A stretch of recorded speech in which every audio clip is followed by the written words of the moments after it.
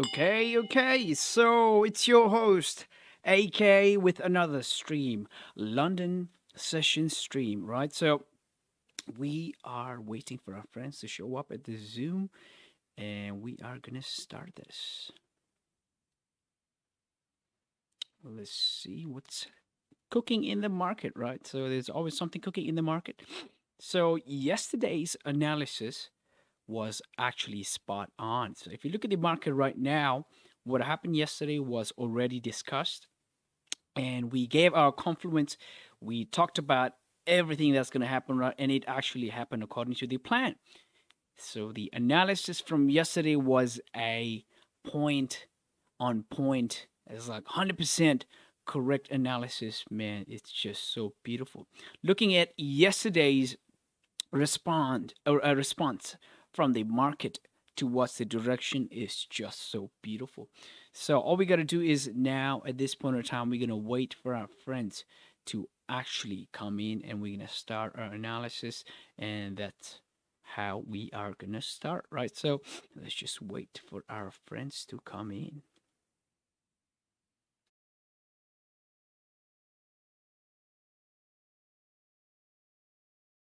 What I'm going to do is I'm just going to make this more interesting by playing some music at the back. So anybody on the YouTube channel, you guys can enjoy the education with us with the music at the back, right? So this stream is all about how we can chill and sort of have fun with Forex education. So it's more about chilling with us. So let me find a proper playlist for you guys, and let's just see what we can do here. Okay.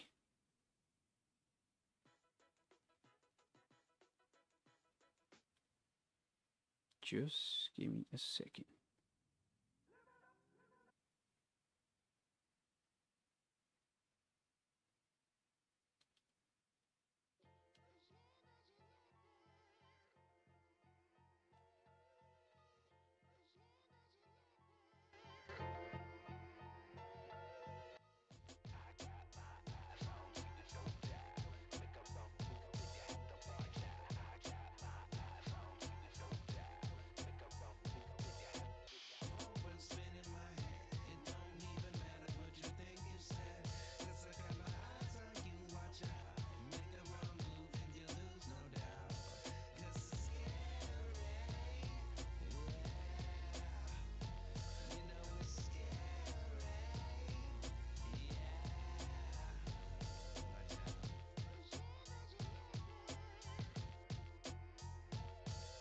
Just chill with the music until we break down the charts. So free education, it's like a school where you are learning without paying fees, right? So you're coming over here, asking us questions, so hit us with questions, just any question you guys would think about, and we will obviously come back to you guys.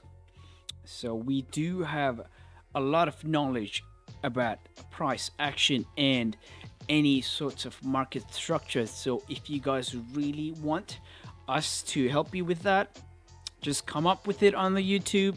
If you're reaching me out through the Zoom, just come out through the Zoom, and perfect. Just perfect.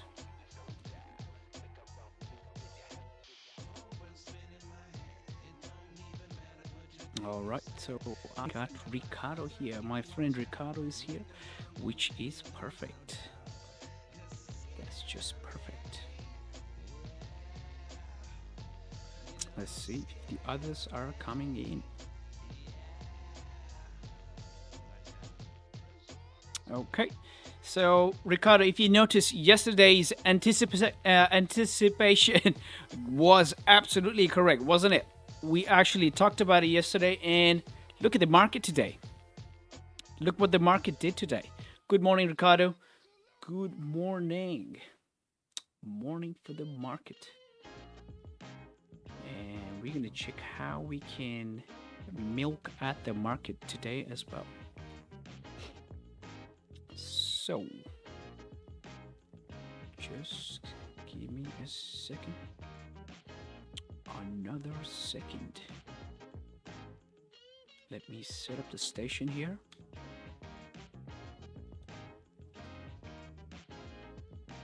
Okay, so we are gonna start now. So looking at the market, let's start from the weekly. So our anticipation from the yesterday came out to be true, and market did move down with such a volume, right? So today's market is also heavily bearish. So what the current weekly candle has done, let's just annotate on the chart because that's one of the best ways to convey our message to the YouTube community.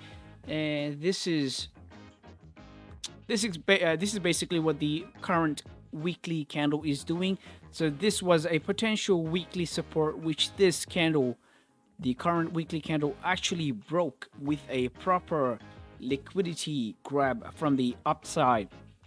And this is just amazing. This is the best ideal candle for any further sales or any further move, right? So this current candle is actually looking so nice. So if this current weekly candle closes something like this, and it allows the other next weekly candle to sort of breathe in this sort of exhaust level, we can have further continuation down, right? So we have had a lot of,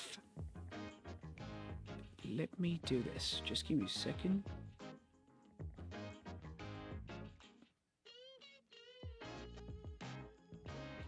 Okay, all right, so we've actually seen a lot of bullish move in the GJ, and definitely the bearish sort of a direction is coming in right now. So maybe from April end or maybe start of May, we may get some bearish sort of a infrastructure, because we do have a lot of targets to reach down, you know what I mean? So we do have a lot of targets to correct, a lot of targets to fill on the downside. So I am very much inclined to sell. So let's look at the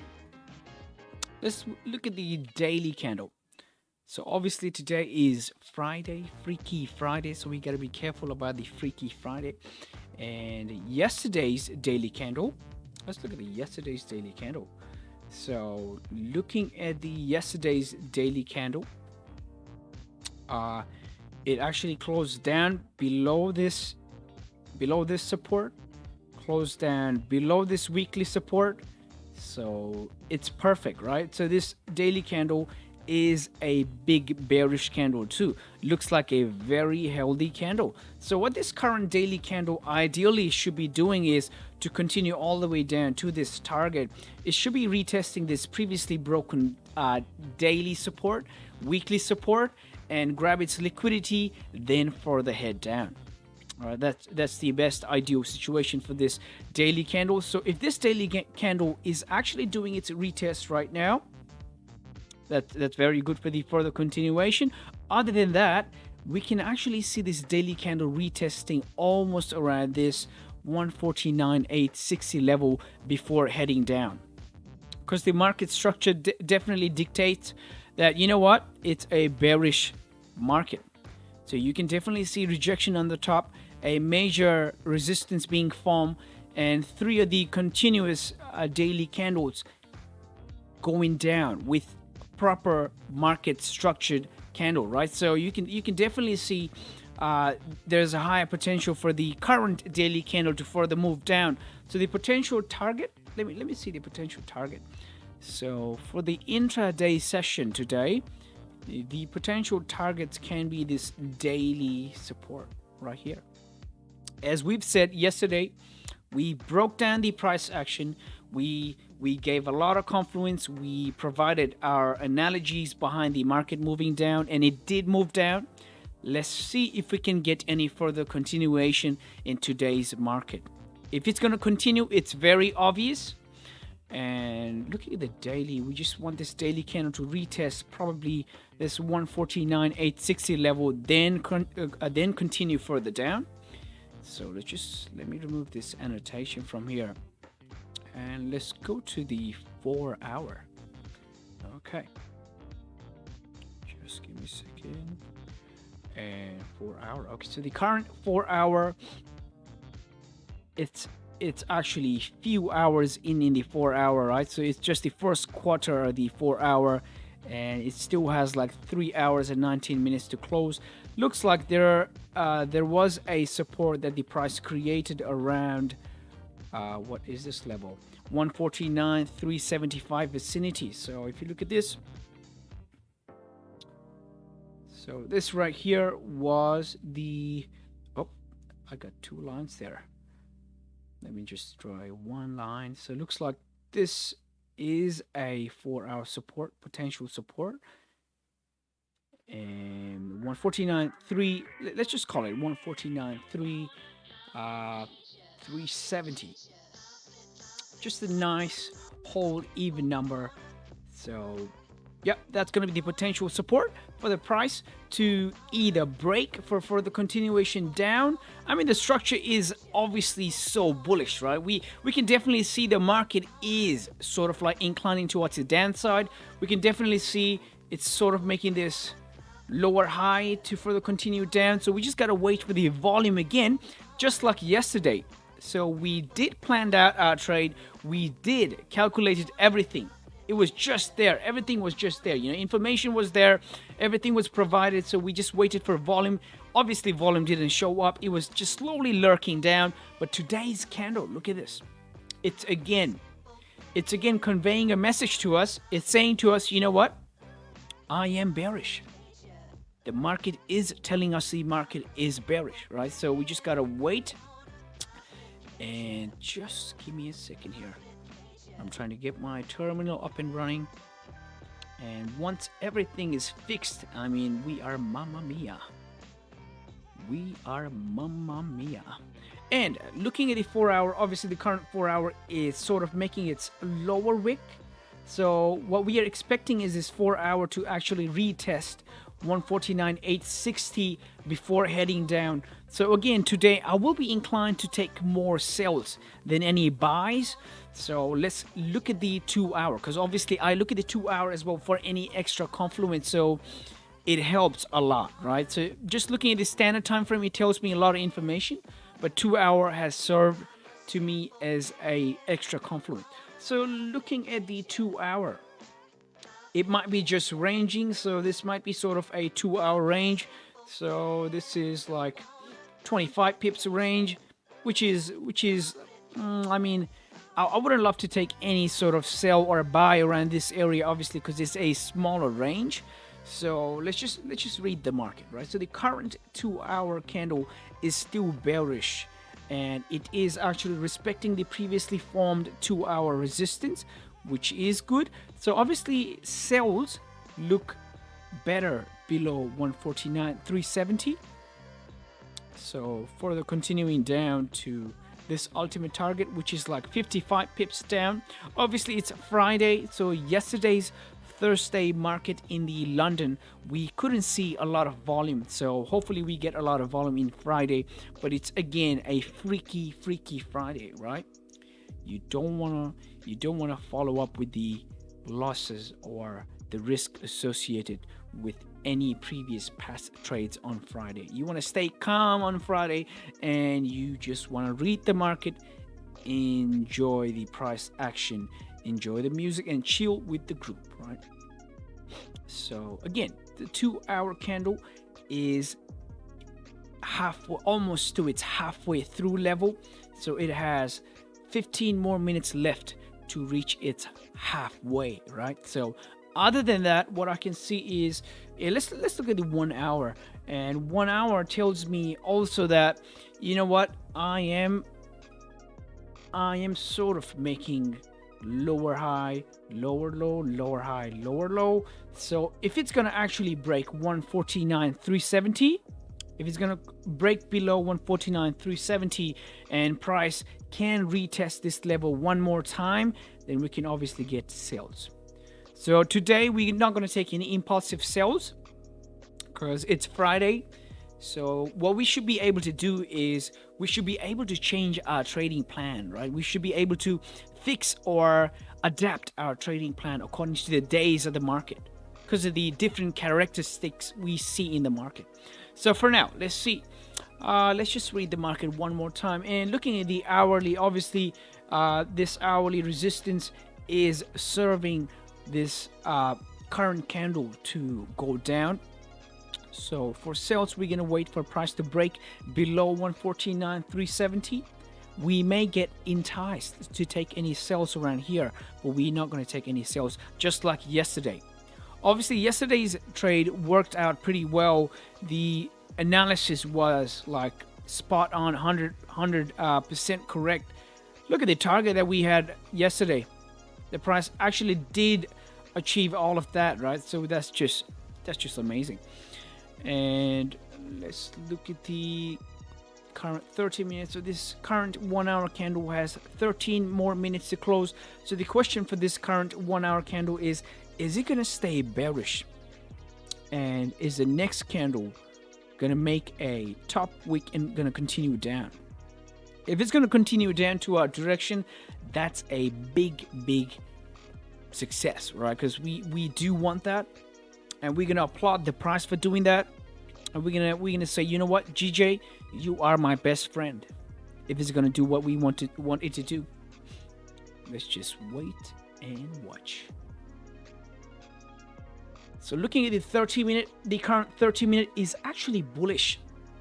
So, which is still okay, because as long as this hourly stays bearish, we have a higher time frame confluence, and we are looking for sales, right? So what I'm going to do is, first thing, I will actually erase this, and I'm going to erase this as well. Let me put down a clear text here saying we will be waiting sales below 149,370. Because that looks much more better. Let's look at the left-hand side traffic as well. So let's just look at the traffic on the left. Okay, so this could be our first potential rejection level. And for the continuing down, so yep, I would say this could be a potential rejection level. If it's going to break this, it could definitely feel this wick on the left-hand side and further continue down, because the traffic actually looks better here, right? So other than that, we're going to wait how this 4 hour is going to serve us. So this 1 hour is going to close in the next 11 minutes. Let's look at the 30-minute. The current 30-minute is actually in a range. So if this was a range box, it's in a range. Price has to break either below or either above this range. So let's just wait for this range to be broken down. Like we broke down the chart yesterday, the price did move like this. So hopefully we do get this, right? Hopefully. That's our anticipation. So let's just wait. And let's look at the range, a possible range for our sales. What happens if we take a sell here? That's like 25 pips range. So actually I will try and lower this range a little bit, because I see that there's a rejection here, a potential 30-minute support. So what I might do is, let me lower this a bit.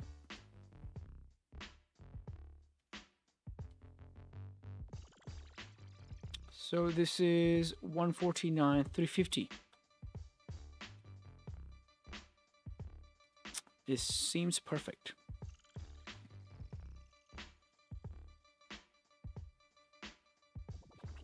So 149,350. Any sales below 149,350 does seems better, but we have to wait and see if the market's going to present us any sort of selling structure before we jump in, right? Because the structure of the market is a very important topic. We can't just disregard the structure. So it has to present us a nice structure before the volume, so that alongside the volume, may the price move, right? Really smooth. Just gotta wait.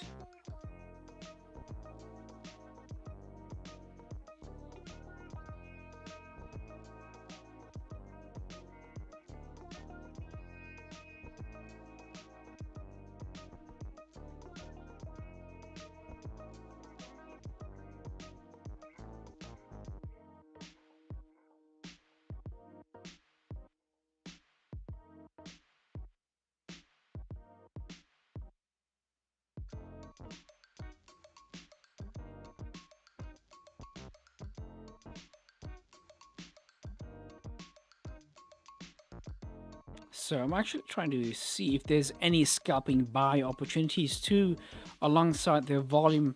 So let's just see. It's actually 20 pips of range here in 15-minute.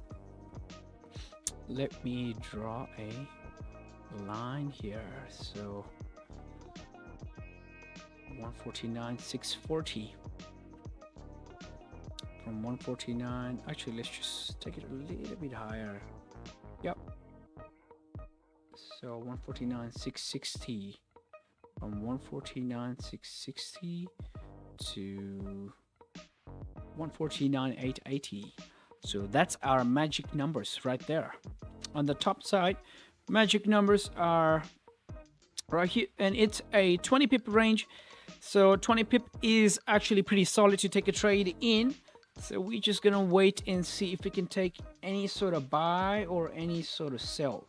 So for now, the 1 hour is actually rejecting the downside, and looks like the liquidity grab may serve as a push fuel for this rocket ship. So if this rocket ship is coming in few minutes, we may think that this is the fuel, right, for the rocket ship. And the rocket ship's going to be something like this. This is the fuel line, and this is the fuel base. And it's actually gathering its fuel, right? It's connecting the fuel tank.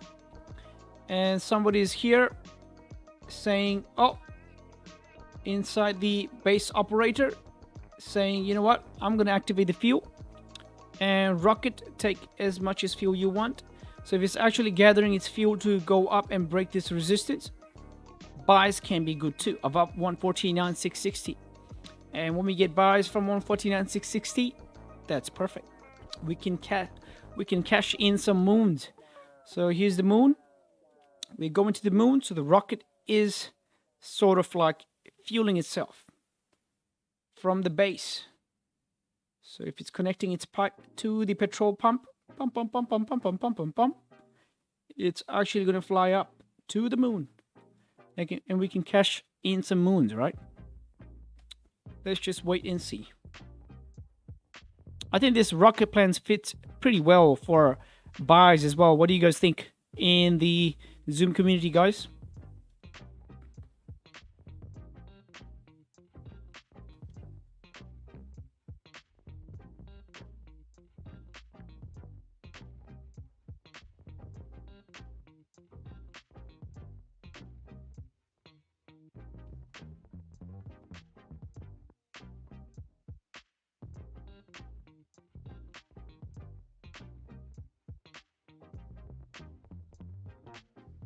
So the buys obviously seem a little bit dangerous because the structure seems heavily bearish, and anybody can actually, argue with the idea of sales, but it is what it is, and we just read in the market. So what the market tells me right now is, looking at the hourly candle right now, it has 4 more minutes to close.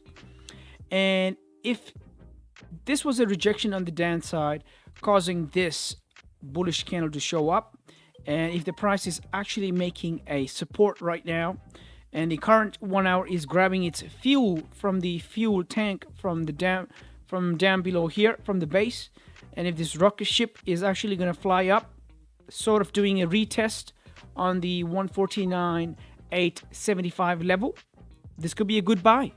But that's a scalping opportunity where you should be like in and out, but we're just waiting for the market to show up. Show us if the rocket ship is actually flying to the moon. If it's not going to fly to the moon, we have to wait.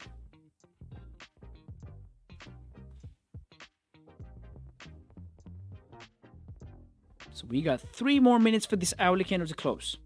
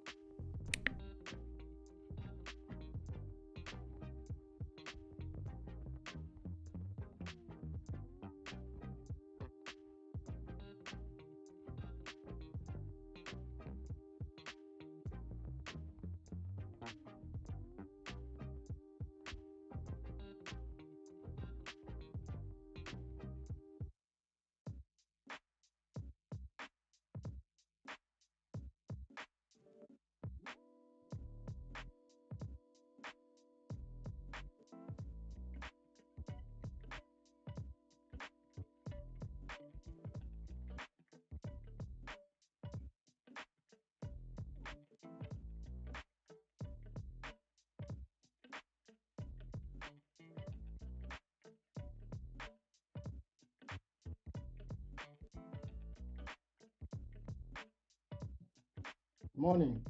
Good morning, Jamil. How's it going? Good. That's How are you? beautiful. I am well. I am well, my mate. Really well. Look at how the analysis played from yesterday, man. It's so beautiful, right? It just played out. So the price action is, after all, amazing. You know what I mean? So we anticipated a sell below 152.70. Look at the price. Look what the price did. Uh-huh. Is just beautiful. Just Yes, it beautiful. is. Yep. Hmm.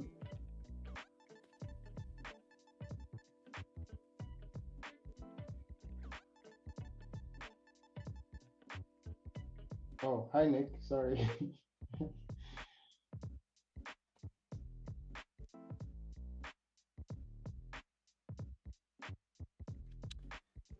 So,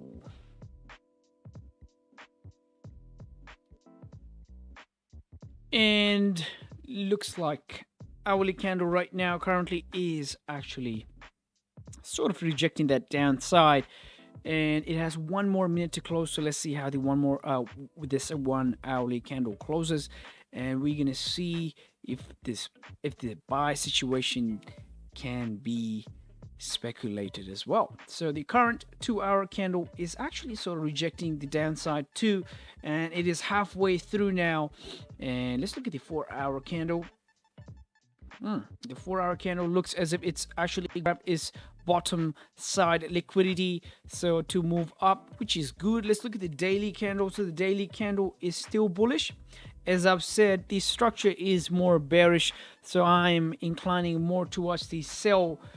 But other than that, what this daily candle might be doing right now is a sort of grabbing its liquidity. So there's a higher chance it can actually retest the previously broken daily support, or even all the way up till the previously broken weekly support, and sort of grab its liquidity and then further head down. And it's Freaky Friday too, so price can do freaky stuffs on Freaky Friday. So we have to sort of be very careful. And let's look at the weekly candle. Oh no, sorry, 4 hour. So the current 4 hour is still rejecting the downside, and the 2 hour is turning out to be bullish. So for buys, I pointed out above 149,660 level, but I'm not planning to take any sort of impulse entry. So I'm not going to take a buy as the candle's highs breaking, right? So I'm gonna wait for a break and retest, then a continuation. That'll be a normal move on a Friday if it's gonna happen. Otherwise, I'm just gonna wait. More than likely, I'll be waiting for more sells than any buys, to be honest. And this wick looks good. It serves as a liquidity grab, which is very good. So the current 1 hour candle is breaking the previous candle's high in its first few minutes, which again is not a good idea. It doesn't seem smooth, you know. It should be ideally what this current 1 hour candle should be doing is should be grabbing its fuel again from the fuel base camp. So from the base camp, this rocket ship has to fuel its fuel again. So the fuel is here. The candle has to refuel, and after refueling, it should shoot up, right? If it's gonna shoot up.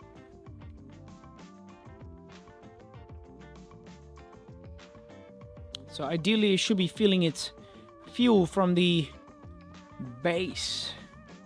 Is it gonna fuel its fuel? Let's just wait and see.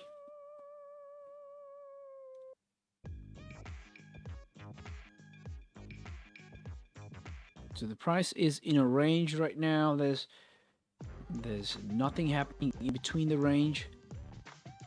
Nothing really. I don't recommend anybody buying right now or selling right now.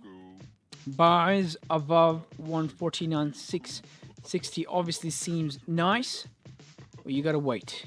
Man, trust me, you gotta wait. You gotta wait. Mm.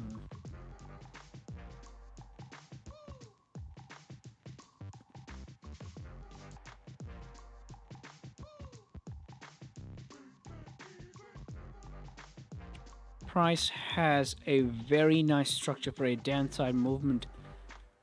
So I am more inclined for sales today. I am inclined for sales. More sales.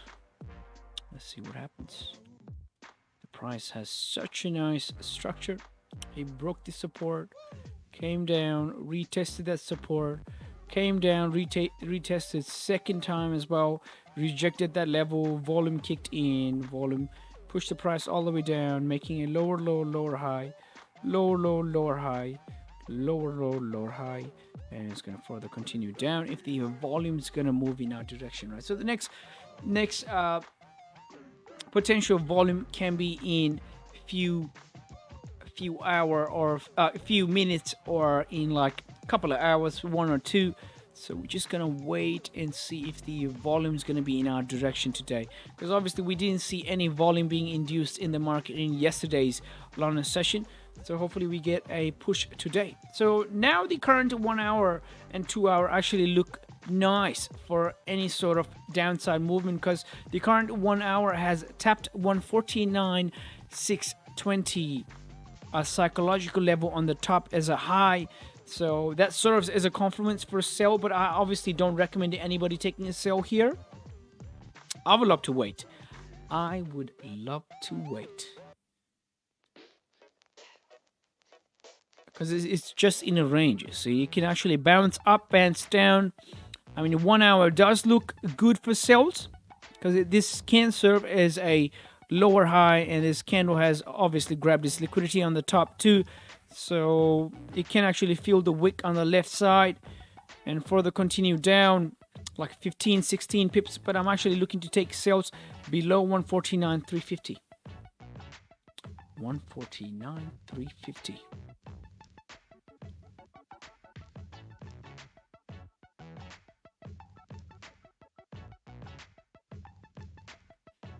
This is sort of a range. So how do you find out if it's a range? You find out it's a range by looking at this. Look at this. Look at this. Look at the price.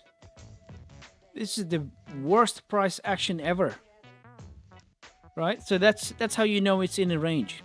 It's just wicking up and down, wicking up and down, wicking up and down. This is not pretty. This is not pretty at all. So that's how you know price is in a range. So it's a good idea to always not be in any sort of position in a range, right? For my style of trading especially, I try to stay away from range. Unless you know what's happening, you shouldn't enter. Unless there's a proper risk and a proper entry and exit plan is very hard. It's one of the hardest things to trade, trading the range. Trading the breakout sort of a strategy is amazing, because by that you can see, hey, you know what? The price is breaking certain level. It's retesting. If it's going to continue, it has to sort of reject that level and it's going to continue down, right? So the probability shifts in that sort of setup. But trading in a range, you know, it's very volatile. It can go up, it can go down. So it doesn't suit a trader like me, which rely on intraday sessions.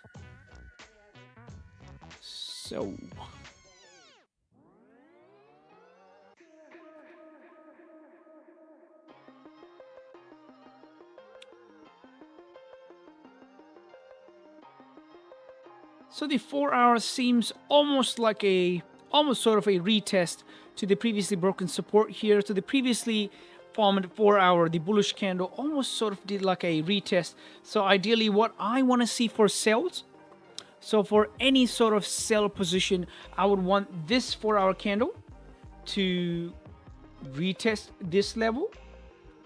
So go up in that range and have a longer wick than the current wick and reject that level, then start heading down, which would ultimately be a support, be a resistance in a lower time frame, right? So for the 4 hour to reject that level, the smaller time frame has to form some sort of resistance and then further continue down. So we are in just first few hours of the 4 hourly candle. So nothing appealing except for the wick that this 4-hour candle has right now. Because obviously any candle sort of give out its information, right? It tells us a story. So the current 4-hour candle tells me, you know what? The wick is longer than the body right now. So I can see that there's a lot of orders being collected here. So the market's sort of collecting its order over there so that it could find out the furthermore direction.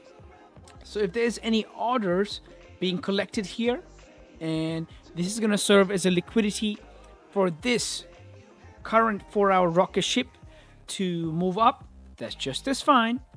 We know what the price action does, right? We know, and we are reading the details, but we just got to wait for the structure to play out, right? Because we know we read structure, we have to wait for sales to play out. I have noted down that buys are possible, but I'm more inclined to take sales today. We will see if there's any scalping opportunities for buys that are valid today. Other than that, we're just gonna wait. Look at the price action, look at how it moves, and that's just it. So the current 4-hour has a proper liquidity week, but let's just wait. There's no trade in the range. You don't want to trade in this range, not really, right? So the previously formed 2-hour did form a resistance right here around 149.660. If there's any sales, if I was looking at this structure and if I was to take any sales here, looking at the higher time frame, what I would ideally want is this current 2-hour to actually sort of retest this level, then further continue down, right? That's one of the ways I could take any position here. Other than that, I have to wait for 149.350 to be tapped first and then further continue down.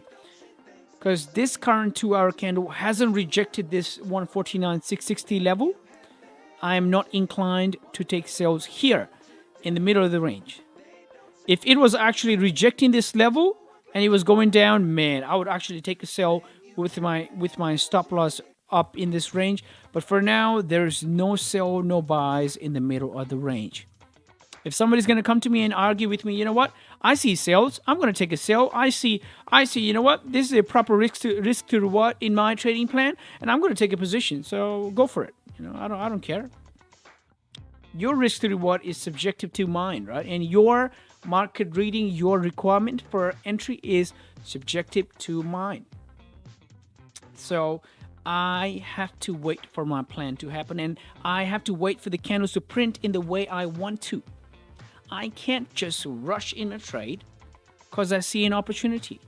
There's going to be like thousands of opportunities in the Forex market in 24-hour sessions, man. But you don't want to enter in all of the market structure. You don't want to enter in all of the price action reading, right? So you just got to wait for the volume to kick in. That's when you're in the best position to win.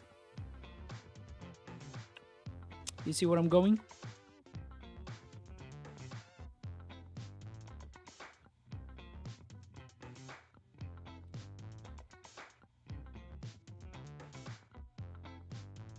So the current 2-hour is still bearish, but it's sort of rejecting this downside level right now. And let's look at the smaller time frame. Looking at the current hour is actually bullish. It's just ranging, you know, maybe collecting orders. So this is the time, this is the point where maybe 90% of the traders, they rush in and they sort of lose their money, right? So the people who trade out of hunches, they take position here. See, and the market is collecting their orders. So this is where you don't actually want to be in, because market can wick you up or wick you down, man. It's just crazy. This position right here, the current position. So this is where the 90% of the traders who trade out of the hunches, they go like, you know what? I know the market's going to go up. And you know what? The buys look good from here. And this is a good risk to reward. And the previous hourly has this liquidity week. And they put in confluence and they just rush in the trade. We don't work like that. We have to wait. wait for our confluence to kick in. So the current hourly does seem bearish, and it has tapped 149.620 on the high as a high, right? So that could be added to a confluence for a sell. But man, as I told you, I wouldn't be inclined to take any buy or sell right in the middle of this range. It can wick you up and down anytime, so you just gotta wait. So this current 1 hour candle has 46 minutes left for its close, so we gotta wait for at least half of the candle to close, right? So we gotta wait how many more minutes? We gotta wait for 16 more minutes for the half of the candle to show what it's actually intending to do, right? So the current 30-minute chart tells me, you know what, this is a current 30-minute support, and the price is just sort of ranging here. So if I need to note down on the chart, this could be a potential range, right? This could be one range that the price is in right now, and this could be another range. I need the price to sort of break down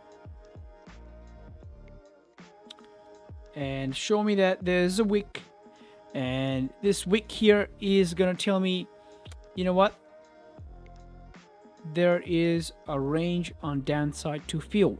And the next candle, ideally what it should be doing, it should be retesting this level one more time and then further continue down. But let's see what happens. I mean, at the end of the day, if the market chooses to go up and give us some sort of buying, scalping opportunities, then it is what it is. But the market structure suggests that, you know what, sells make sense. So we have to incline ourselves to the best probability, or we have to ask ourselves, what is the highest percentage of probability inclined sort of a position here in this today's intraday session? If investors were supposed to invest, where they're going to invest their money looking at this structure, are they going to invest their money on candles going up, or are they going to go down? Are they going to invest on the candles going down? We have to wait and watch. Let's see how the market perceives this sort of structure today. And it's obviously Friday, and we do see volumes on Friday, but we have to be careful because we can't rush in any enticing sort of a position. This is actually very enticing to any sort of beginner trader. I can say that, because I know people, they just rush in any sort of buys and sells and like these sort of position. They go like, oh, there's a chance to go up, there's a chance to go down, you know what, I'm gonna take a position, I'm just gonna give it a go. And that's where they lose their money. That's where they lose, and we don't want to lose. We don't want to lose. We want to manage our position. We want to manage our account. We want to manage our risk, and we want to put our money where our mouth is. We want to put our money in the assets that grows, in the positions that grows, right? So this position right here is just hopeless.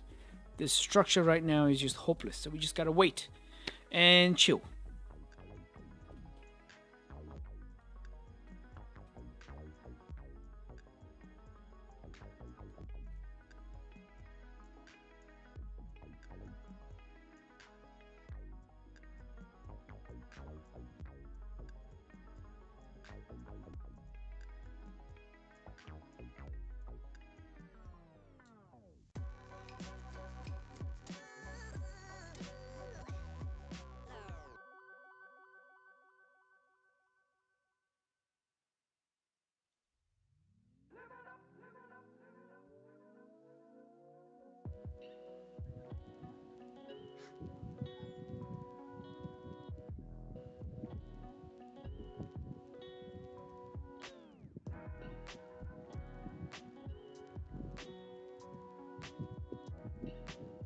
Hello, AK. Hello, Nick. How's it going, man? Good. That's good.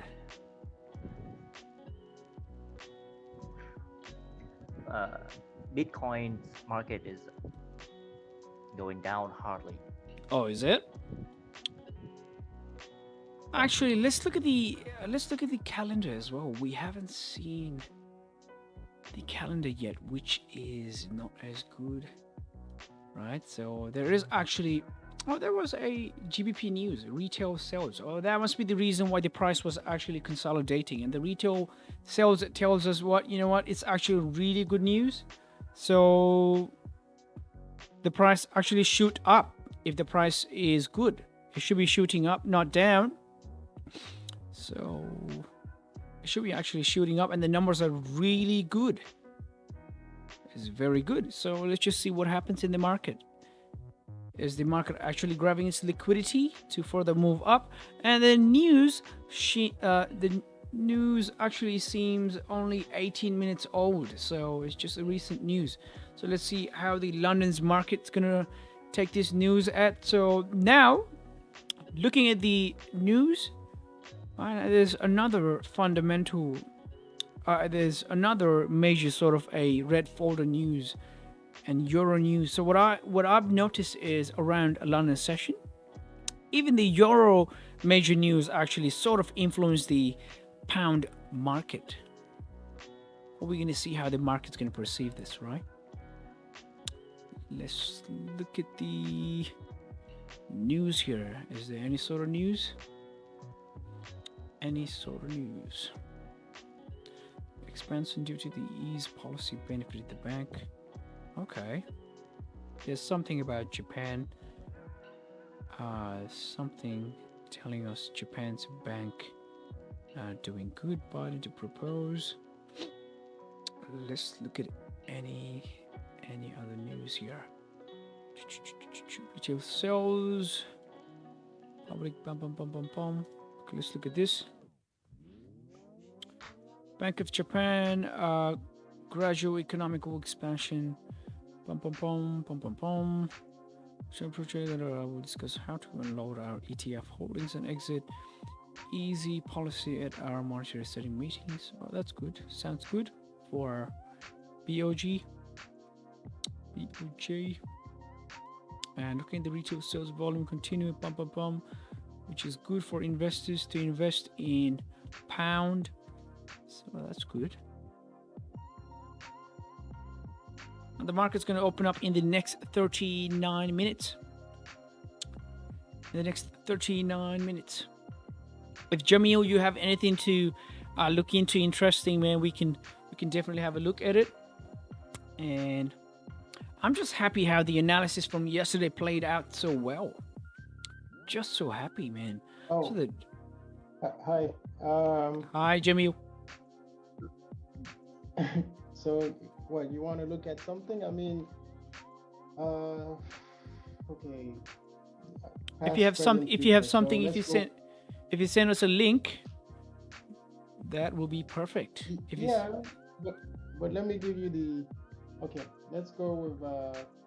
So I like to go past, present, future. So we'll go with yesterday. What I had sent you yesterday, I journaled it actually. So let me see if I can't bring it up. Yep.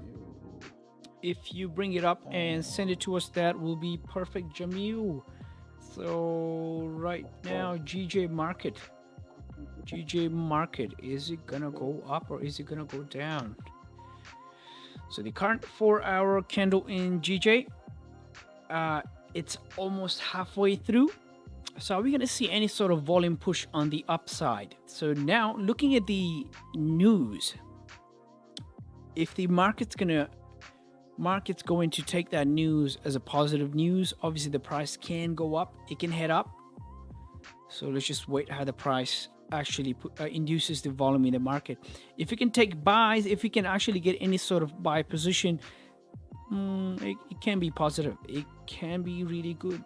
The structure seems bearish, but we will see how the market's gonna absorb the news about the retail sales.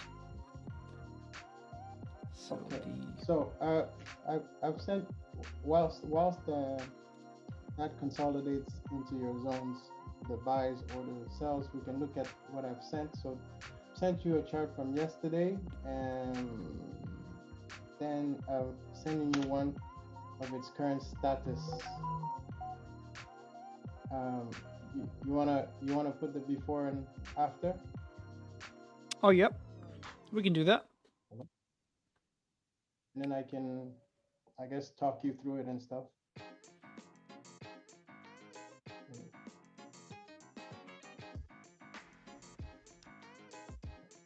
I wish I could grab your mouse and annotate whilst talking, but it's okay.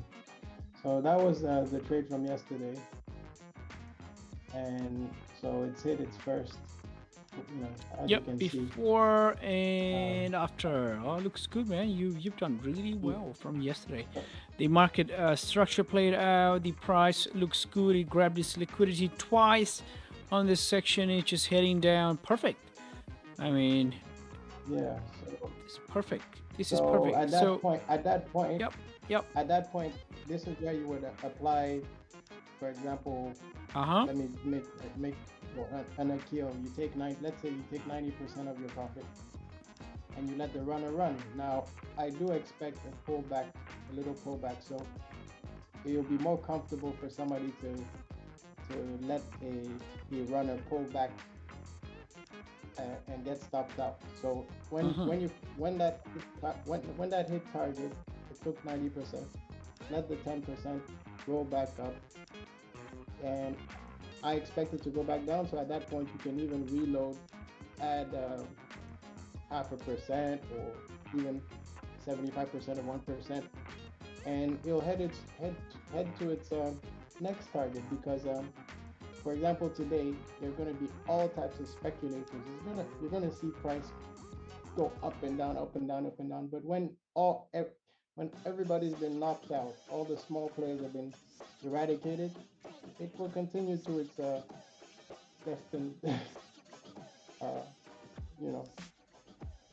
its destination. So it's a matter of being patient and identifying these things and not being shook and not over risking, not over trading. So usually Fridays I try to stay away from the market. I'm just watching. Yeah, more than likely I'll be watching too. If something promising that doesn't show up, I will be watching too. So let's just wait and see if GJ is gonna offer us something, right? Actually, let's look at the gold chart too. So yeah, gold. Let's look at the gold chart, and gold, my old friend gold. Okay. So let's just remove the drawings and looking at the daily candle. What the daily candle tells me is yesterday's daily candle has made some sort of resistance right here. Let me tidy this up a little bit. And pum. Okay.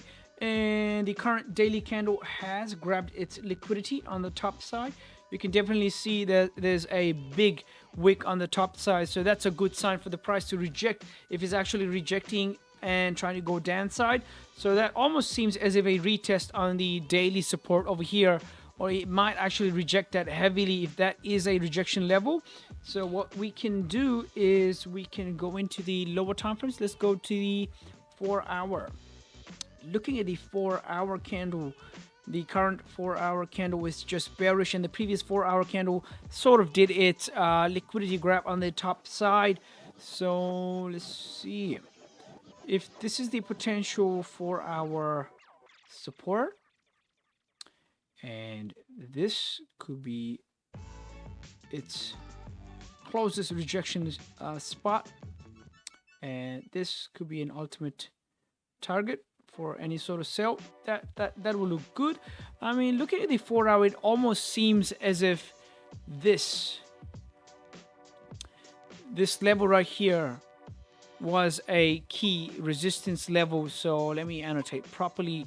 So this area seems almost like a key resistance level, and price did break above. But what price did was rejected the top side and went below the key resistance, right? So now what we need to see is if the price is actually rejecting this level, the key resistance level, we have to see price doing some sort of maneuver like this. So the previous 4 hour did reject that level. If the current 4 hour is also going to reject that level, sales do look fine. And let's just calculate the range in the 4 hour. Is the range any good or not for gold? So any sales, I mean, the range is offering some pips, but the structure is still sort of a bullish structure. So what we want to see is, ideally what we want to see is, we want to see rejection from around this level. So the current 4 hour, obviously the previous 4 hour has done some sort of rejection, and the current 4 hour is also doing the same maneuver. But we got to go into the lower time frames. Let's go into the 2 hour. So the 2 hour has actually made a resistance right at that level. So, and the current 2 hour is rejecting that level.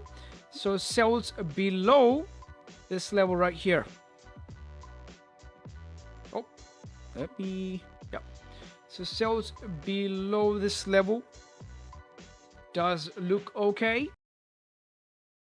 If there's a lot of volume, it can obviously actually continue down till this cleaner traffic target. So let's see what happens.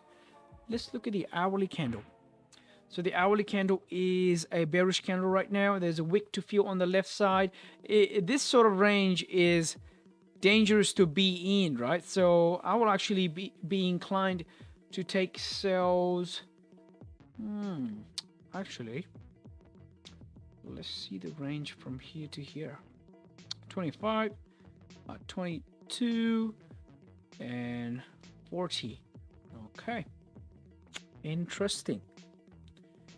Interesting.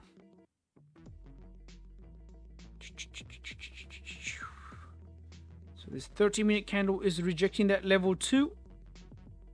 This traffic on the left is just so unappealing. You know, it just doesn't register in my head. Seems as if a band of ants. You know, the ants are moving in a line, a file. Doesn't look good at all.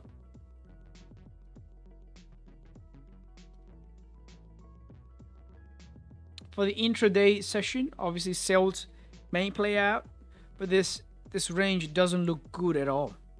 Doesn't look good at all. There is a resistance. Price has rejected in the higher time frame, but man, oh man.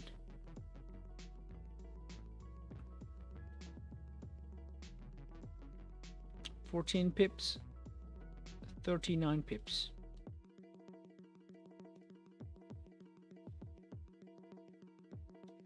Let's just wait for this current 2-hour candle to close. Current 2-hour candle to close. For sales below this level.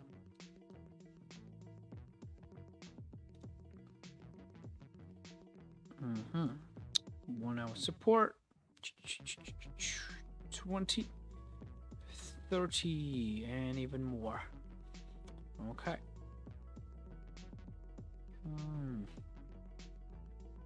Almost sort of like a fake out here. It is making a, let's just see. Let's just look at the market. So it did reject that level. It is rejecting this level. Went down, made a lower low, lower high. If the price is going to make a lower low, it has to sort of break this support and make a lower high one more time, retest this level, then further continue down. So we have to wait for the price to break 178.178.0 for any sort of sell. So the gold looks good for sell. GBP JPY looks good for sell, but we gotta wait and see if the volume's gonna push it in that direction.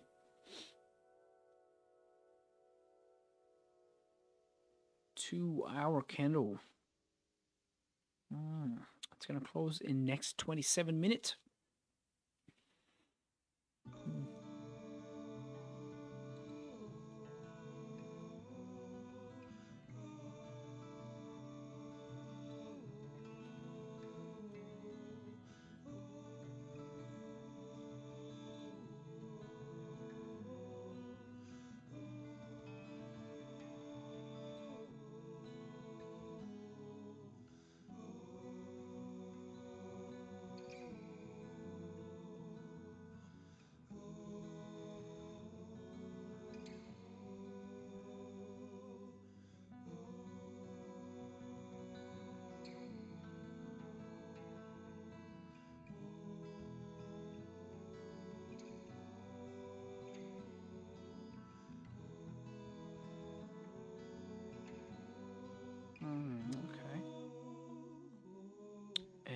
this structure is almost as if it's moving in a channel.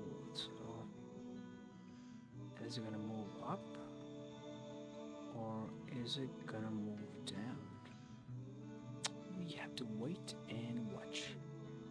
Wait and watch. Wait and watch. Almost sort of a channel. So if this was a distortion in the price, if it's gonna come back in the channel, it can pretty much come down. Let's just wait and see what happens here.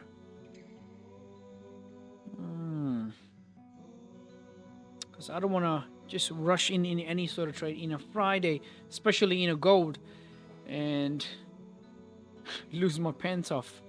So just gotta wait. Just gotta wait. Let's just check the YouTube community here. So the YouTube is growing. That's good. That's good. That's good.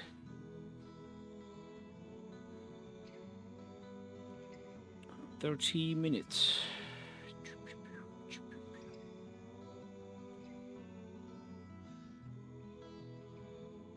The structure, the current structure, it seems so enticing for sales, but man, I don't want to jump in it.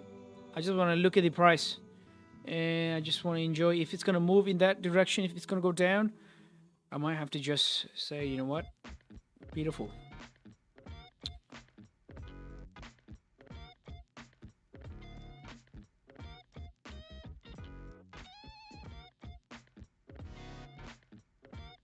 $24 minutes.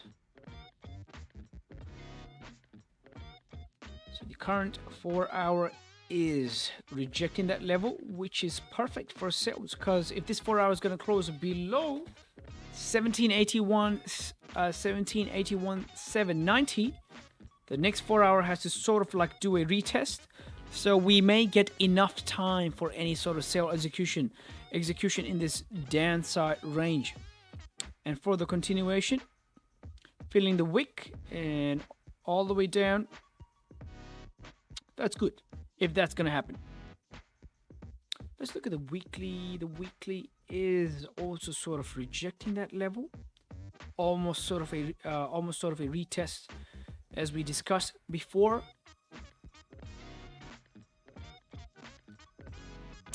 So that's good. We just have to wait. Price. So what I'm going to do is I'm going to set an alarm on 1781.980 close by level, and once the price hit this level, I will be jumping in. Continue anyways. Yes sir, and let's go to GBP JPY again.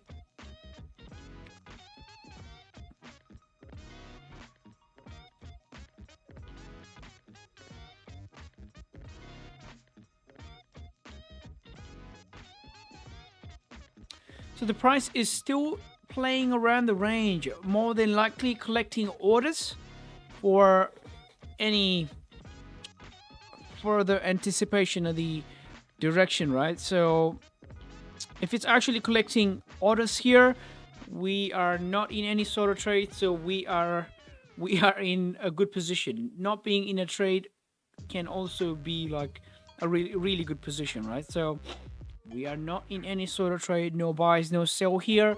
We are just waiting. And waiting sometime pays you off. We just gotta wait for the opportunity to kick in, and perfecto. Perfecto. Let's look at gold.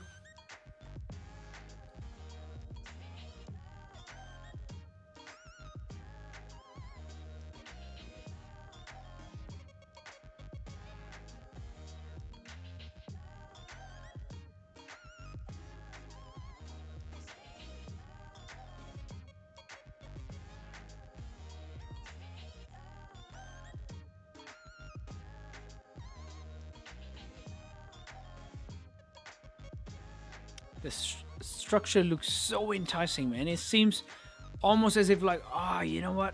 It's going down, but there's no trade here for me. Just gotta wait. I just gotta wait. The price action seems as if it can head down. We gotta wait. Wait, it's a Friday. It's another Friday. Hey, AK. Hello, Nick. Can we look this in GJ? Yep. GJ 30 minutes. Just give me a second. Yep, 30 minutes. Yeah, 30 minutes. So, what do you think about the level 149, 470? What do I think about 149.70? Yep. Yeah. If the price breaks that level, is that okay to sell from that? I And will not be is that confident in sells because the range I see from there is only 11 pips, and it's very hard for me to squeeze out like 9 to 10 pips out of this. So I would stay away from that. Personally, I would stay away from that. And the question is why? So why I would stay away from that? Because I can definitely see the wicks here and there. You know what I mean? So this is like an order collection level for the price. So if the price is actually collecting orders, this is not a good position to be in. Look at the wicks. The wicks are not pretty at all. Look at this wick. Look at this wick. Look at this wick. It's not pretty at all, right? So to break that level, we need some sort of volume. So first thing is volume, right? So to sort of like make this invalid or sort of like break that and continue down. So if there's going to be volume, it can surely break this level and surely break this level. But we don't want to be in the first push of the volume, right? We want to be where we are more comfortable. So 149.350, this is the level where I'm actually comfortable. And I see the range is sort of like 25 to 20 pips a range. So it's easy for me to grab 10 pips out of 25. So the question is, you have to ask yourself, are you happy to trade in a range that's like 10 to 11 pips? And can you actually squeeze out what you need? Otherwise, what the trade can potentially do is it can just go in and reject and you can be wicked. So my plan on a Friday is definitely to just enjoy and chill and just look at the price action, you know? So you can do freaky stuff. That's why Friday is named Freaky Friday in FX trading, in stock trading, in like any sort of trading. People call Friday a Freaky Friday, so you have to be careful. Personally, no sell for me around that level.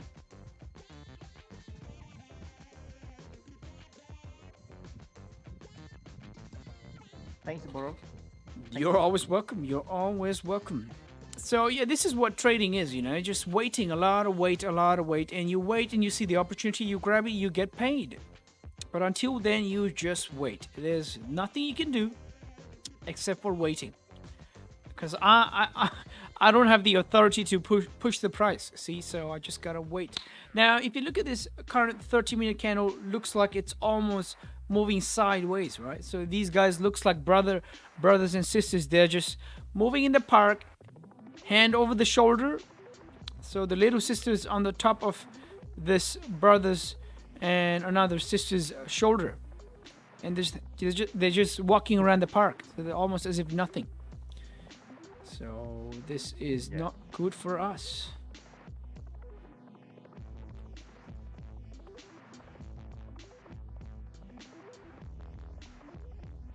We have to see the price reject this sort of range. It's good that the price is in a range, because we can definitely see some sort of breakout in one or the other direction, and after breakout we will be expecting a retest. So if we get a retest, man, that's just brilliant. So a wait for a breakout is gonna be perfect.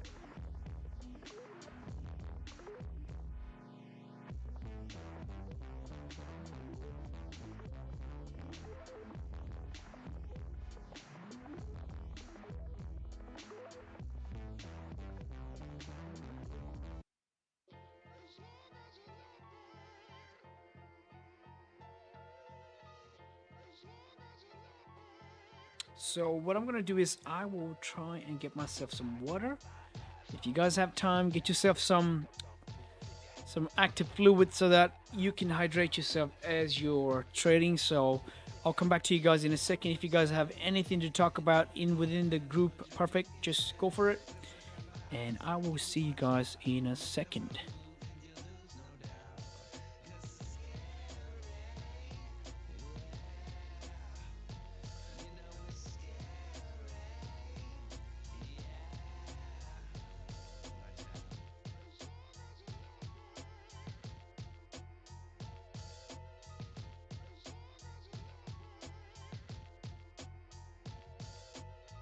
Hey, Nick, Hi, Jamil. How are you? I'm good. And you? Yeah, I'm good too. Talking about that book about what is the name? Green Neely, Uh, Green Neely, Neely, right? Neely and Hall, Glenn Healy and Glenn Healy and Glenn, Hall. Glenn Neely. Yeah, Yeah, there's two people. Yeah, yeah.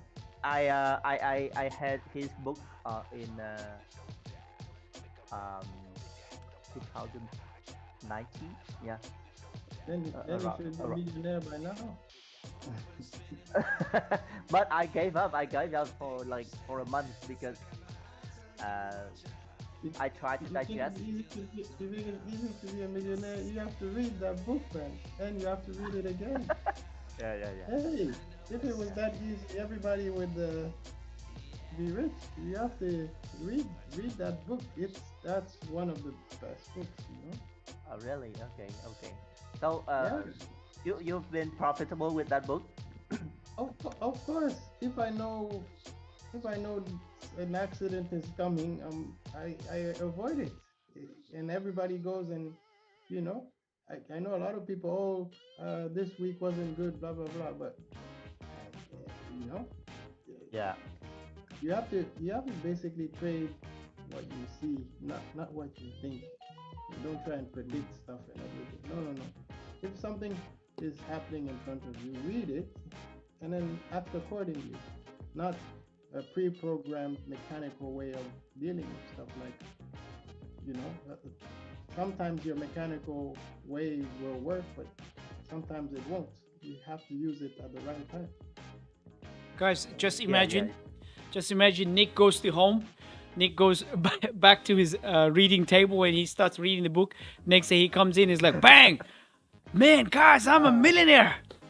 This book made me a millionaire, dude. I was like, wow, man. uh, Everybody's gonna search for that book. Imagine the sales well, of that book going up. That yeah, would be but crazy. people don't like boring. You know, they don't like boring stuff. They don't like. I mean, it's like a kid that you put vegetables on the table and you put some sweets. What's better for you? The kid's gonna go for the sweets, you know, because it's easier and it's sweet. No, you need to read. yeah, yeah, yeah, um, yeah. I agree with that. Actually, the book is very tough. I have to admit. I know, I That know. is, So even if you just take 10 pages of the book and master this 10 pages and just keep going slowly, slowly, just reread it, you will catch something. You know, you yeah, will yeah, yeah. catch something. Nick, don't catch a And you disease, all know right? what? If you don't Catch, understand, laugh. because Jamil said you were gonna catch something, but don't catch the corona, okay? While reading the book, don't catch the corona. Don't catch that, because Jamil said you're gonna catch something. Yeah, Just kidding, just kidding.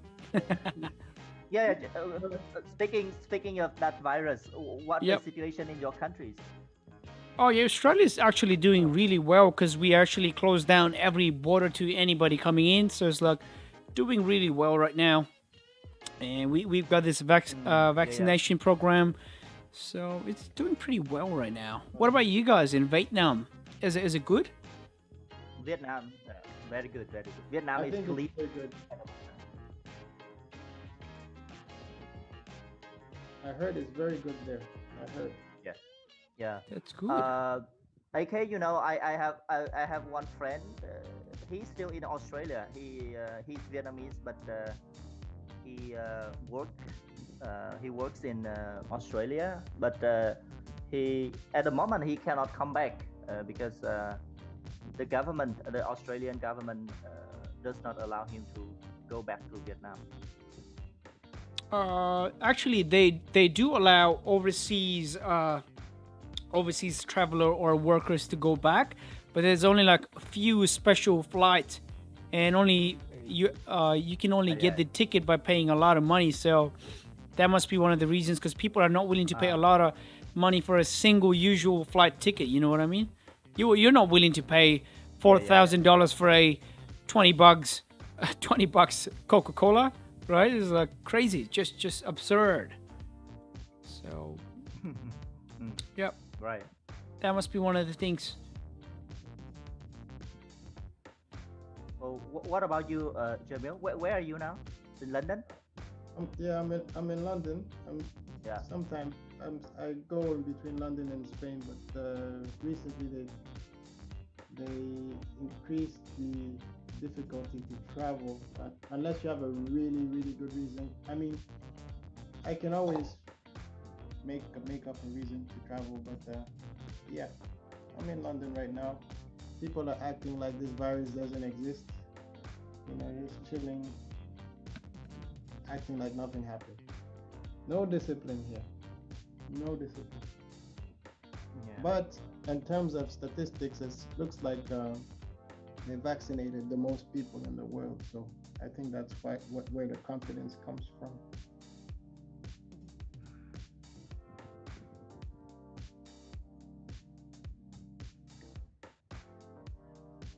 Yeah. Yep, this is a character building day, which is cool, guys, because a lot of people are gonna go kill themselves in the market today, and then you're gonna Yeah. be like, ha. Yep, man, yep.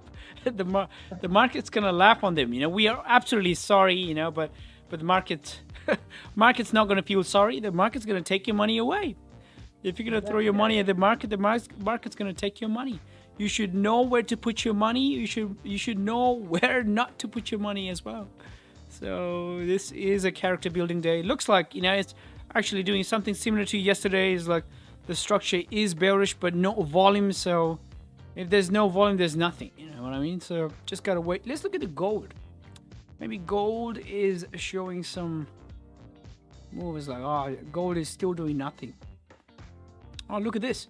If somebody would have taken a trade here, oh man, it's just going back in the range. Right? We determine that this is a range. We have to hit the alert. Fridays are horrible. Yep. Sometimes Friday can be really, really, really ugly, right? All we're doing right now is we're waiting for our trade to hit that level, and we will see if we can take any position. We can make some money out of the thin air. But until then, we gotta wait. Because the money can be cooked some other day. You know what I mean? So we have to be right in the market. That's the best thing. So if we're going to be in any sort of position right now, we can be wrong. Rather than that, we can be right by telling us, you know what? The market is just like a shit today. So we can be right in that sort of way, and we can just hold ourselves, cross our hands, talk to each other, maybe tell a joke here and there, and that should be okay. Yeah.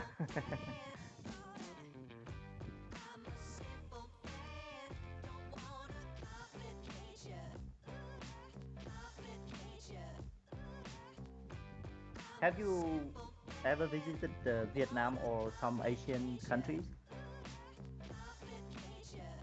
Who? Me? Yeah. Both of you.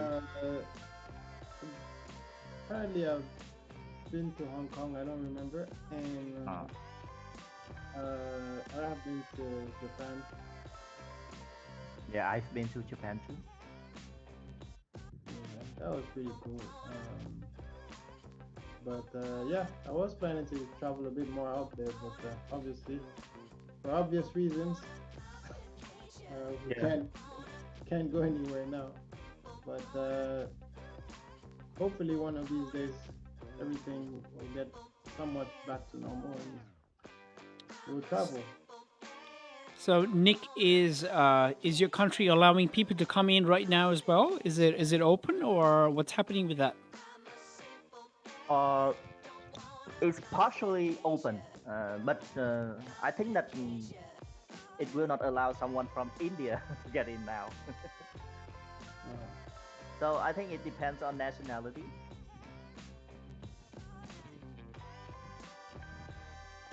I see. I see. Uh-huh.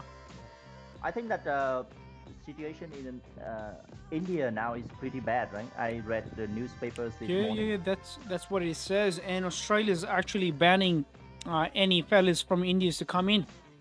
It is. Yeah, It was giving out news about how we can't allow any uh, Indians to come in now. So that's horrible.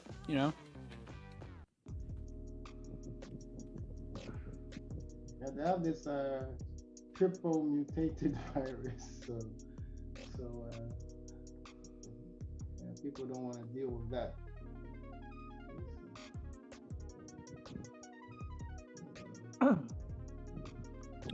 So is it really hard to start a business in Vietnam, Nick? What about a business in Vietnam?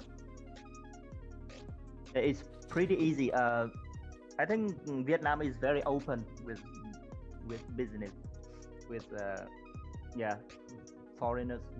I think that Vietnam is very open for startup. So now the startup movement is very strong here. Young people, they want to open new business, and Yep. yeah. Yep. So I think Vietnam is a good environment to develop. I think it will develop in near future, because I see that the government now is very open to new ideas, new businesses. That's really good. That's really good. Yeah, I know some of the guys in online businesses, and they base themselves in like a foreign country, and I see people choosing Vietnam and even Thailand many times. So they base their business over there. You know what I mean? And Yeah, my wife and I having a small online shop in Vietnam. We sell um, some stuff for kids. For example, clothes, shoes, Mhm. uh, and maybe if it go well, then I will open. I will try to expand it in the future for more products. And I want to import some products from other countries. And I think that Australia also have some good stuff for kids, like milk in Australia. Oh, yep. That's true. That's true. Right. Yeah. So currently, I only resell some stuff from Vietnam. So Uh-huh. I have some. Ho- uh, I get stuff from wholesalers and just try to do the retail here. Hmm. So just currently just me and my wife. So it's pretty small. It's new. It's like I want to I want to get out of my job and trying to do something at home with my wife. Since, That's good. That's good. That's and good. yeah, that's why I got into trading stuff. Yep. But man, trading is very tough at the moment for me. Yeah, you just sort of have to But like take Kevin's advice. If you remember, you know how Kevin said you have to sort of realize that if you start journaling, you'll be moving into like the next milestone or next stepping stone. You know what I mean? So journaling is actually very important. So if you start journaling, Nick, I think it's gonna yeah, help yeah, you a lot, man. Start journaling. yeah. For the last uh, maybe 2 months, I kept doing the simulation only. So trying to practice my skills on price action readings, but like still not good enough to go into live trading. So actually, I don't trade live a lot. I do trade, but trade very small position, just to feel the market. But most of the time, I just like reading and trying to practice on the simulation software. Yep, I think being passionate about reading the market's gonna help you a lot. That's something the 90% doesn't do. You know what I mean? They just want to make the money. They are not Yeah, willing to read the market. So if you want to challenge that assumption, you just have to be passionate about reading the market, man. Once you're passionate and you're really good at reading the market, trust me, man, the money is just gonna come in, because you know what the market's doing. You know, see how we waited here, man. If I was just a beginner trader and I would do all the things they would do, like the 90% of the traders do, man, I would be selling the shit out of this right now. I would have bought the shit out of this once this candle broke the previous candle's high. So that idea is just crazy on its own. You know what I mean? So you have to be passionate about reading. Yep, passionate about reading the market. That's how you know when to stay in the market, when to get out of the market, where to put your money, where not to put your money. So yeah, that's the sort of the idea I really believe in. Yeah. So that's going to help you too, Nick. If you're passionate about reading the market, man, keep it up. And yep, all of the things are going to become reality soon. Yeah, I hope so. Actually, at the beginning when I started with Raja's course, and in few 2 weeks, I was in big win. So I was so excited. I said, whoa, whoa, wow, this is great. Because before I joined Raja, I didn't know about the volume section, so I just trade anytime. So when I see any opportunity like the patterns or something, I just get in. But since I watched Raja's live stream and also his courses and joined his course, and I understand about the time of the market to start to get volume. So I start to trade the open of the London, and in the first 2 weeks I caught big win during that session. I said, wow, this is like gold for me. So I got how to trade now. So I start to trade, and then after that I got lost. Uh, funny thing was I got big win during that 2 weeks, but in simulation, because at the same time I also did this simulation, but I got lost in simulation, but I was win in the in real market. So I messaged him about that situation. He said, yeah, a lot of people just like they win in simulation, but they lose in the live market. So he said, probably you just lucky in these 2 weeks. So, That's good. yeah, That's good. that's true. Hopefully you profited and you withdrawed some money, man. Hopefully. So look at the market right now. Look at the 5 minute. Looks like terrible market. These markets seems as if it's just gathering some order here. So we know that from April, May, June, in the 3 months, we do get ample amount of opportunities. So there is no need to rush. Trading is never about rushing.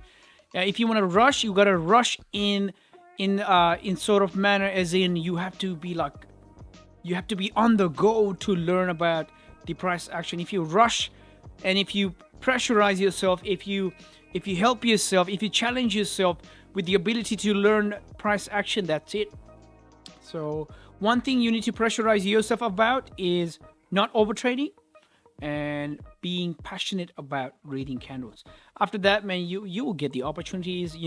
We don't need to worry if we don't see any sort of appealing opportunities today, because we know market right now in this position is just collecting orders, and it's just ranging crazy. Look at this. If somebody was in trade here, man, they would be wicking up and down, up and down. Somebody over here wicking up and down. So we did the best thing. We waited, and we are still waiting. Obviously, the market opened 2 minutes before, so that's a good news. If we're gonna see some sort of volume, so it can move in a direction, and hopefully we could get a break and a retest, break and a retest. So we just gotta wait at this point of time. Just waiting for break and retest, break and retest. So the break and retest sort of strategy actually works a lot with the structure. So if it could actually break down with volume and we could get some sort of retest, man, it would be a beautiful day. Otherwise, still waiting should be considered trading, and we should stay calm. And this is just having a lovely time with mates, so it's actually good. Just waiting is good. Looking at the current 2-hour candle, it has just started, and in its few minutes it has started going down, making its top wick as well. So let's see what happens in 2 hours. So the current 4-hour candle has 2 more hours to close, so it's halfway through, and it hasn't done anything. So it's just ranging, and I don't see anything happening in this current 4-hour. We need to see some sort of volume being induced in the market. So the current 1-hour candle is also bearish, but there's nothing happening because it's still in this dirty range. Price actually did such a nice job yesterday. Look at this. The market reading from yesterday is like so beautiful. Whatever we planned, whatever we saw, it just happened. It's just that we couldn't get any sort of volume, right? This is just beautiful. Yesterday's price action. Only volume was not by our side. Other than that, man, this is beautiful move.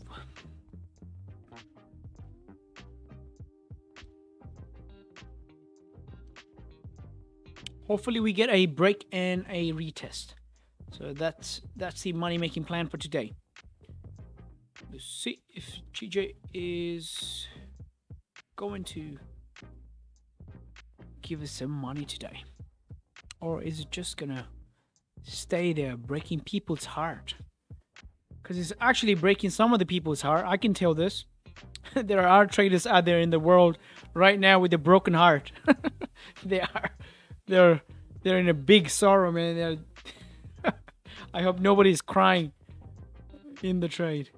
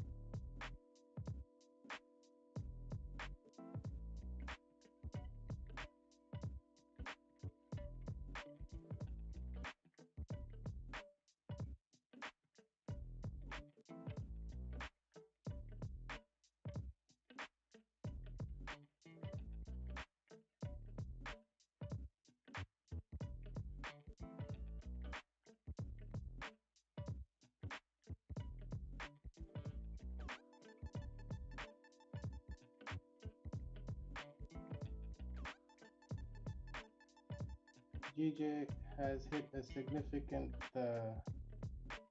level by my analysis. You want to check yours? Oh, yeah. I could enter a small or a third of my position here. I could close it. I won't, but I'm just saying I could a third here and maybe 2/3 when it goes above your 149. So I looks like now there's some sort of volume. So the current 4-hour candle has grabbed its liquidity on the bottom side. As we've discussed, it can be actually retesting the previously broken uh, daily support. It may be retesting that level. So obviously that was a quick move. That was like a 1 minute move from back in the range all the way up. So whatever it's doing right now is actually good, because if there's going to be some sort of continuation, we need first the candle to close above 149.60 and then retest and then further continue up. Otherwise, what I'm going to do is I'm going to read this move as a liquidity grab for the higher time frame candle to further move down, and I'm just going to wait.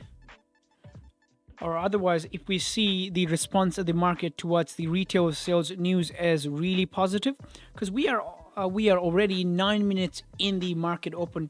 It's actually 9 minutes in the market. See, the market opened 9 minutes ago. So let's see if there's going to be any sort of volume here. Obviously, I'm not in any sort of buy. I am not in any sort of buy. I can just chill here, enjoy the price action, and just be like, wow. If it's gonna go up, if it's gonna hit the ceiling, I would just be fine, because it has to fulfill my ideas of the trade. If it's gonna continue up, I need the current 15-minute candle at least to start with to close above 149.660. So this 15-minute candle has to close you're advised. in 4 minutes above 149.660. 149.660. Let's see what happens. So the previous 5 minute is actually a nice healthy bullish candle, but it has sort of tapped 149.725 on the high, so which is a psychological level. So what I see is when price taps a psychological level, the chances of continuing through that level gets low. I've seen price rejecting after tapping a psychological level, but if the volume, obviously the volume is going to kick in, the psychological level can be invalid and it can continue up. But I am not in any sort of buy, neither any sort of sell right now. Just waiting for the market to decide where it's going to move. Just waiting. So the current 1 hour candle is going to close in the next 48 minutes. And the current 2 hour candle is not even halfway through, right? And we have 1 hour and 48 minutes left for this current 4 hour candle to close. So as we said, because we always base our bias on looking at the higher time frame, obviously the current daily candle is bullish, which is kind of sketchy, because if this support was broken down, and as we discussed yesterday, the market is intending to go down, this current daily candle making a top wick or grabbing its liquidity can be only a move for further breakdown or further continuation in this cleaner range. So we're just gonna wait. Obviously the price is bullishing up, but we just gotta wait.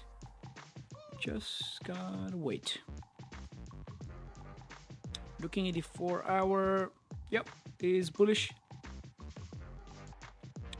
2 hour, yep, go on, Jamil. I guess I'll show you some stuff, but should get to 872, and then at that point you can do what you want. Oh yeah, 872.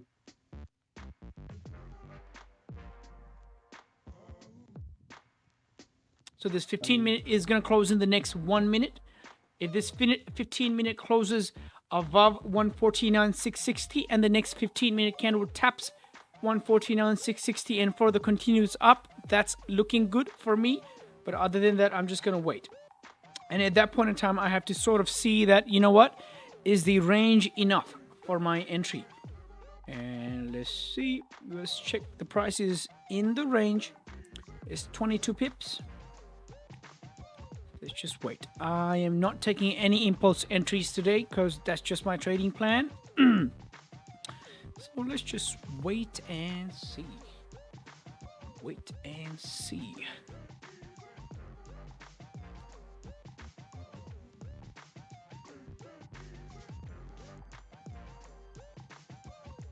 Let's look at the 1 minute as well. Oh yeah, so the 1 minute does look like it can push up. It does look like it can push up. But I am personally waiting for this 15 minute to close. Look at this. Look at the price action. What is this price doing right now? Okay, so the current 15 minute is pushing up. Looks like the market responds to the retail's sale. So is it going to continue up?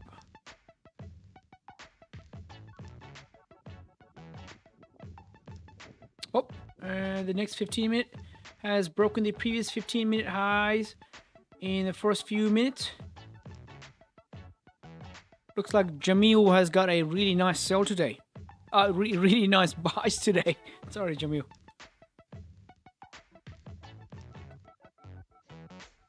Nice. The 5 minute actually did retest 149.660. Nice. Very nice.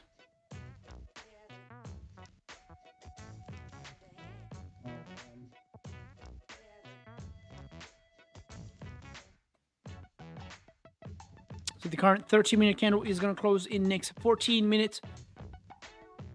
Looks like the current 1 hour is also bullish, heavily bullish. Let's just see if it's going to continue up. The question for the current 1 hour candle is it going to close below the resistance, or is it going to feel this wick and further continue up? If it's going to shoot up, man, that's amazing. That's just wow. But I am not in any sort of position yet. I am not in any sort of position yet.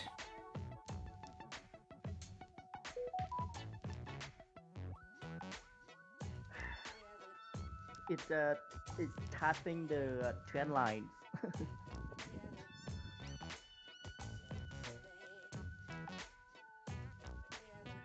What I do here? I could move my stuff to break even and take half of this. I don't know. It's up to the trader, but I could close. Yeah, let's see.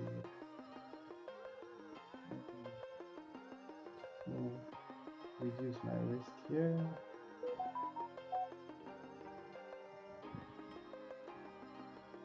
But yeah, let me reduce my risk here. Looks like it's going back in the range.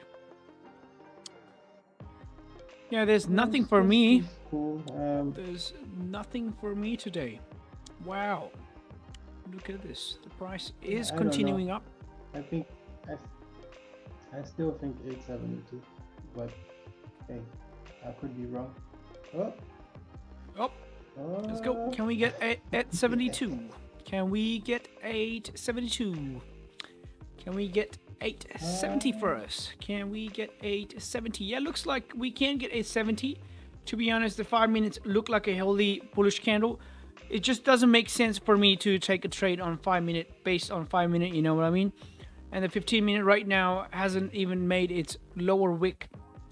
Obviously, there can be a rush of volume because it's already London Open and we are 17 minutes in the London Open.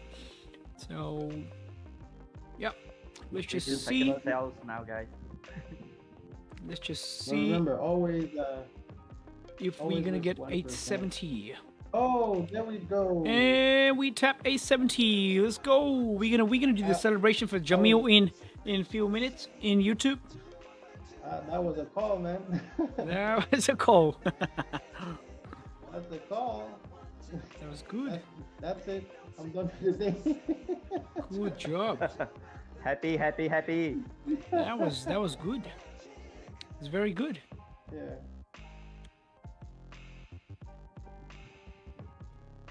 So Nick, this is a different book. This is Fibonacci and stuff. Just imagine Nick goes. And it's gonna be like, oh, Nick Nick goes to the library, searches for every forex book, and comes back is like big stack. Let's start reading every page. Bah, bah, bah, bah, bah, bah, bah, bah, and comes back is like, bam! This is from the second book I have, and this is from the chapter 7, page 32. Bam, bam, bam, and it's like, wow, crazy. I'm telling you, man, Crazy. you know what to read. It's game over for the market, man. But I've been reading a lot of books. Yeah, but okay, let me give you an example. There are a lot of women, but there's the right one, isn't it? Okay, you can't just read every book. You don't have time to read every book. You need to read the right book. That's Yeah. true. That's true. That's a difficult, part to choose the right book. Yeah. But So- there are So Yeah. sorry to interrupt. So as I've learned in this Slack, because as much as one knows, you can always learn. So I've obviously moved my stop loss into positive. Perfect. I Looks like it's gonna anticipated continue going up. It's gonna continue over- up, Jamil. Yeah. Looks like it's gonna Yeah, shoot so up. I anticipate. Yeah, so I anticipated it reaching that support, that resistance. I could close half to take some profit and leave the runner to go into your range. You see your range now, it could go to 150, 270. And I've Mhm. taken half Yep, and everything's risk free. You see? that's So there perfect. we go. Yeah. There you This go. is what I learned in here. And that's what I learned in this Slack. That's it. Game over. So Game over. then you just add that to your recipe. Yep, You add that to your recipe and you get better. You see? perfect. Perfecto. Looks like that was a really good day for Jamil here. He took a buy. Jamil has secured his position too, man. That's just happy for you, Jamil. And looks like it's a Where- no trading day for me. No positions to for me take. too. No trading day for me. Yep. So It's where's okay, your guys. stop loss? Where's your stop, Jamil? Put my stop at the previous 5-minute candle, Okay. and such a small lot anyway. Took like half of it, or I should So say maybe 60. 14, 15, 15 pips. Huh? Yeah. There we go. Just let the rest run, and then that's it. Rinse and repeat. Rinse and repeat. Follow the prescribed discipline rules about over trading, and be disciplined. And I'm telling you, Nick, you will be successful. Well, Anuj knows this anyway. He's been doing this for a while, so he knows. Oh yeah, man, you gotta be consistent, disciplined. Discipline is the best thing you could have in your life, you know. No matter what you're doing, if you are disciplined in it, you can achieve. You can achieve a lot of stuff. So for me, it's just a wait time.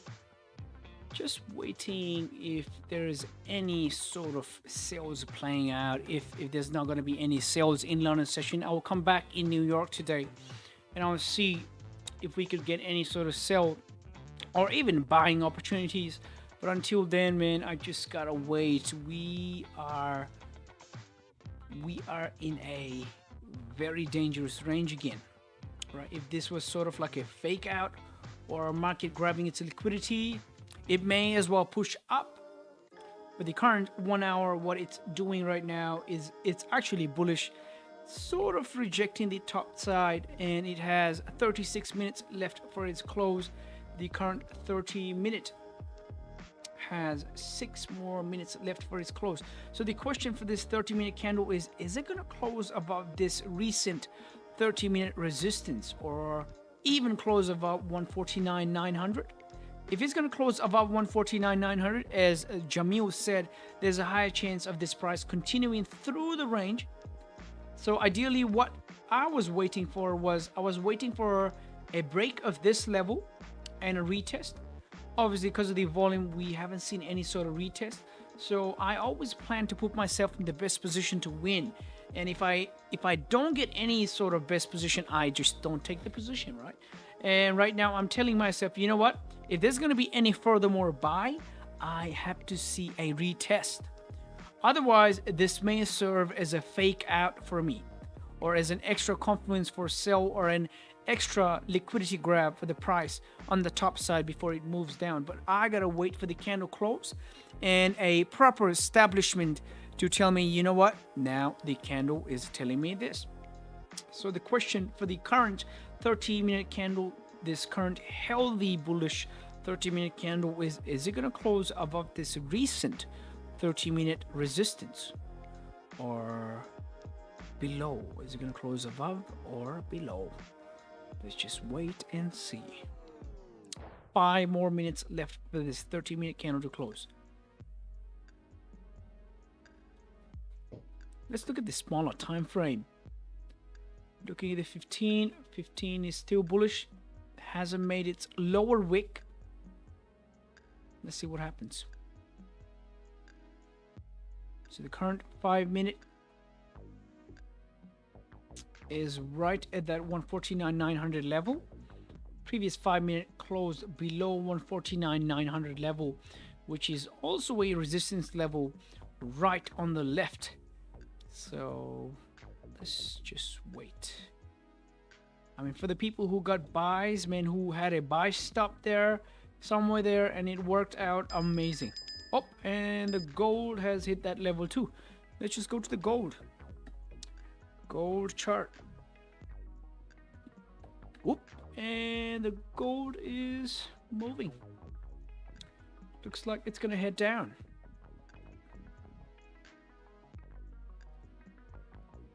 Okay, so the 4 hours is going to close in next 1 hour and 30 minutes.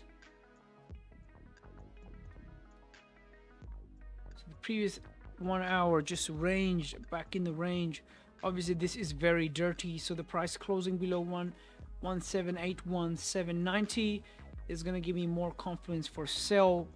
Structure seems sort of bearish on this current situation. But as a whole, looking at the daily, it is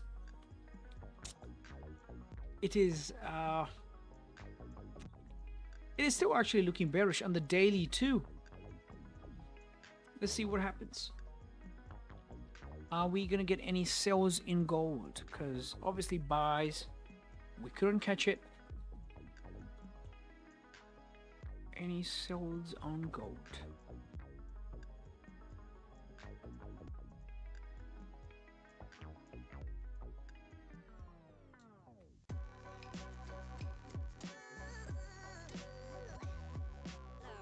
That's good advice, Jamil. So what I'm gonna do is I will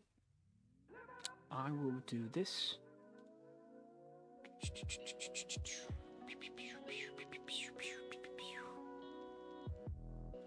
And that was a call by Jamil, so let me put down. That was a GJ buys.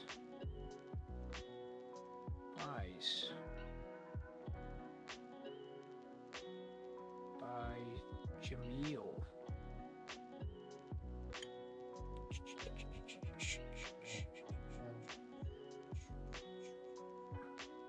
Almost like a we're open sign, you know? Oh, that was like 22 pips. 22 pips. Let's see. Boom, boom, boom, boom, boom.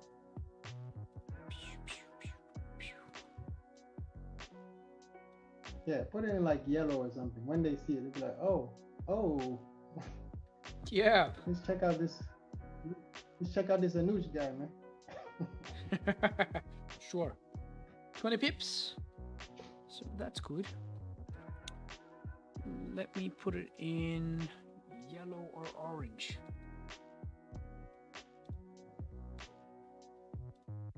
That's good. That's golden. Perfect. That was 20 pips of call that Jamil did. That's just insane. Nice.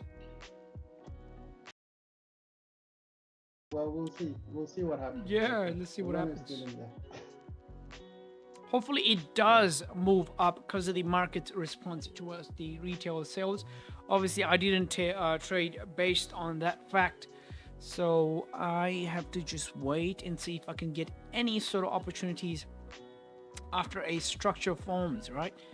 So the current 1 hour has 30 more minutes to close. So the current 30-minute candle is actually closing above the previous, just the recent 30-minute resistance. So it has 20 more seconds before it closes. So is it going to close above or is it going to close below? And looks like it's going to close above. I think we're going to make some beautiful music, man, because my Euro CHF I've been holding for 2 days. It looks like it's cooking. Oh yeah, the Euro news actually brought in some volume too. Oh, that's good. Yeah, I see that in London session, what happens is the Euro market also sort of influences it, the pound, and that must be one of the volume inducing factor too. So that's actually good. So if we are sort of getting a retest from the 30-minute for the continuation, that's beautiful. That's just beautiful.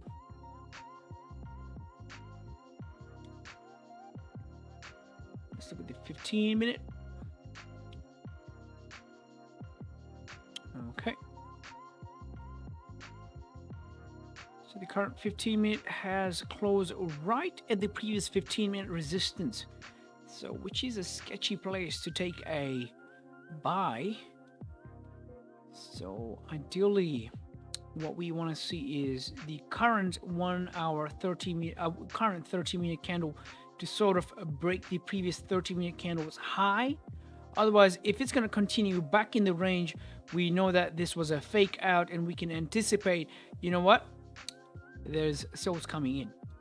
Otherwise, man, if it's a liquidity grab on the bottom side for this current 30-minute candle, it has a lot of room to go up, right? So let's just wait and see.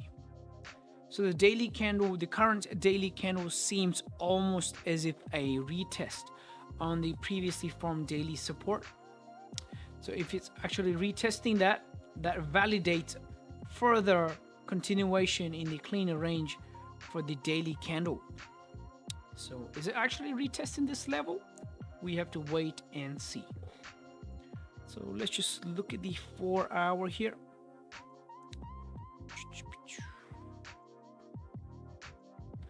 Okay. Let's look at the 4 hour. 4 hour is also around that vicinity. So it is still a healthy bullish candle.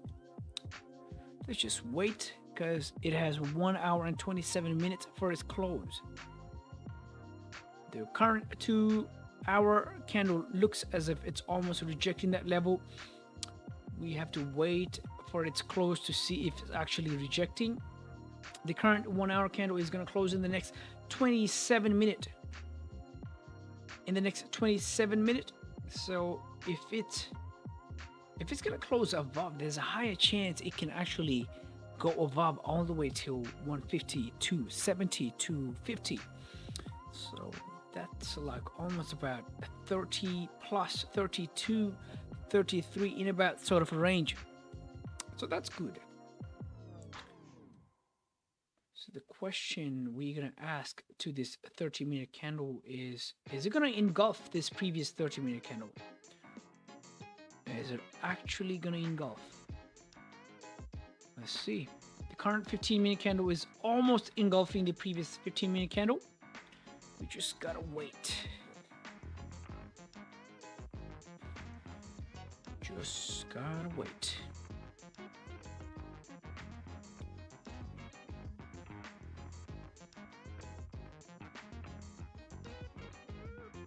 Let's look at gold at the same time.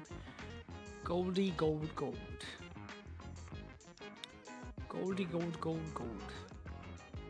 It's just playing around that 178, 1790 level.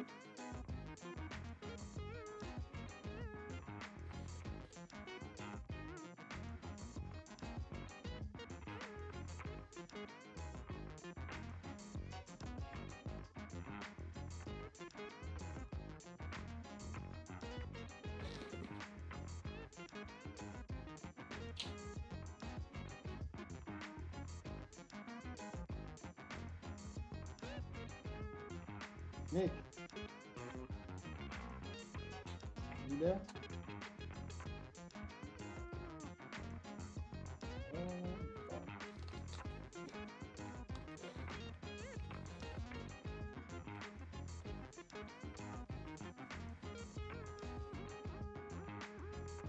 Ricardo?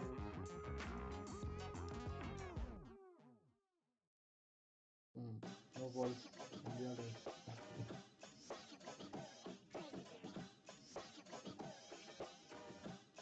Alright, I'll just talk over the news.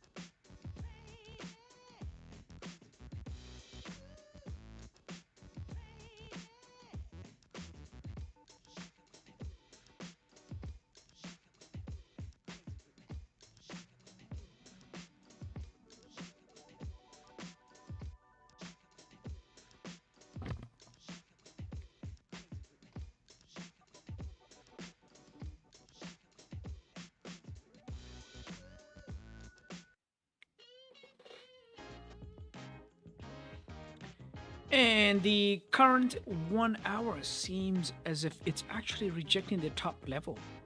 Is it rejecting that top level? So it's got 23 minutes left for its close. Is it going to close below this recent 1 hour resistance, or is it going to close above? Let's just wait and see.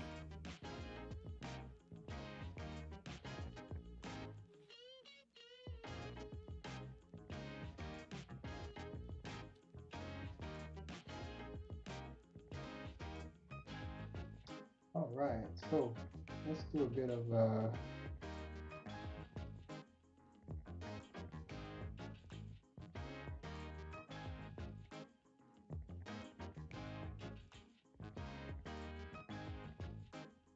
is it? Yep.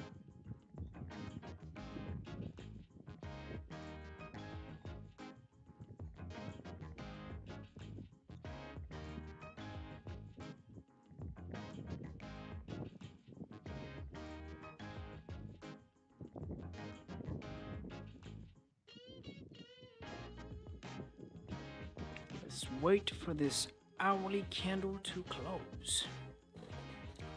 22 more minutes left for this hourly candle to close. Let's see what happens. It's very interesting at this point in time.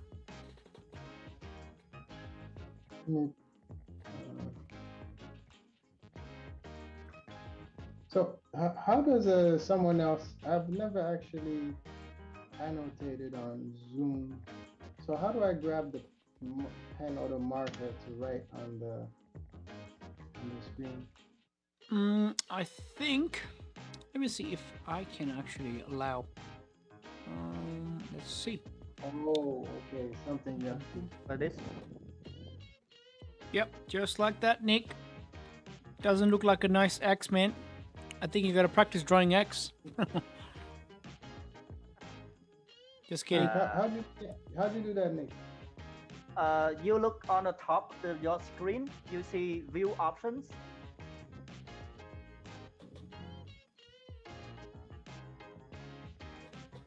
Click on that arrow Okay, view yeah, options yeah.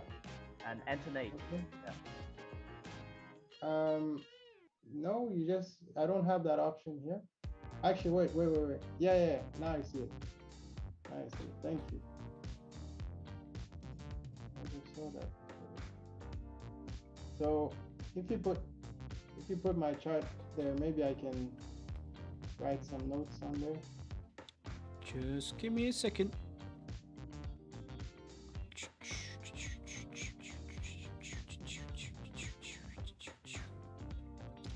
I'm just trying to fix this up here. Okay. And where's my floating manager? Floating manager. 2 seconds.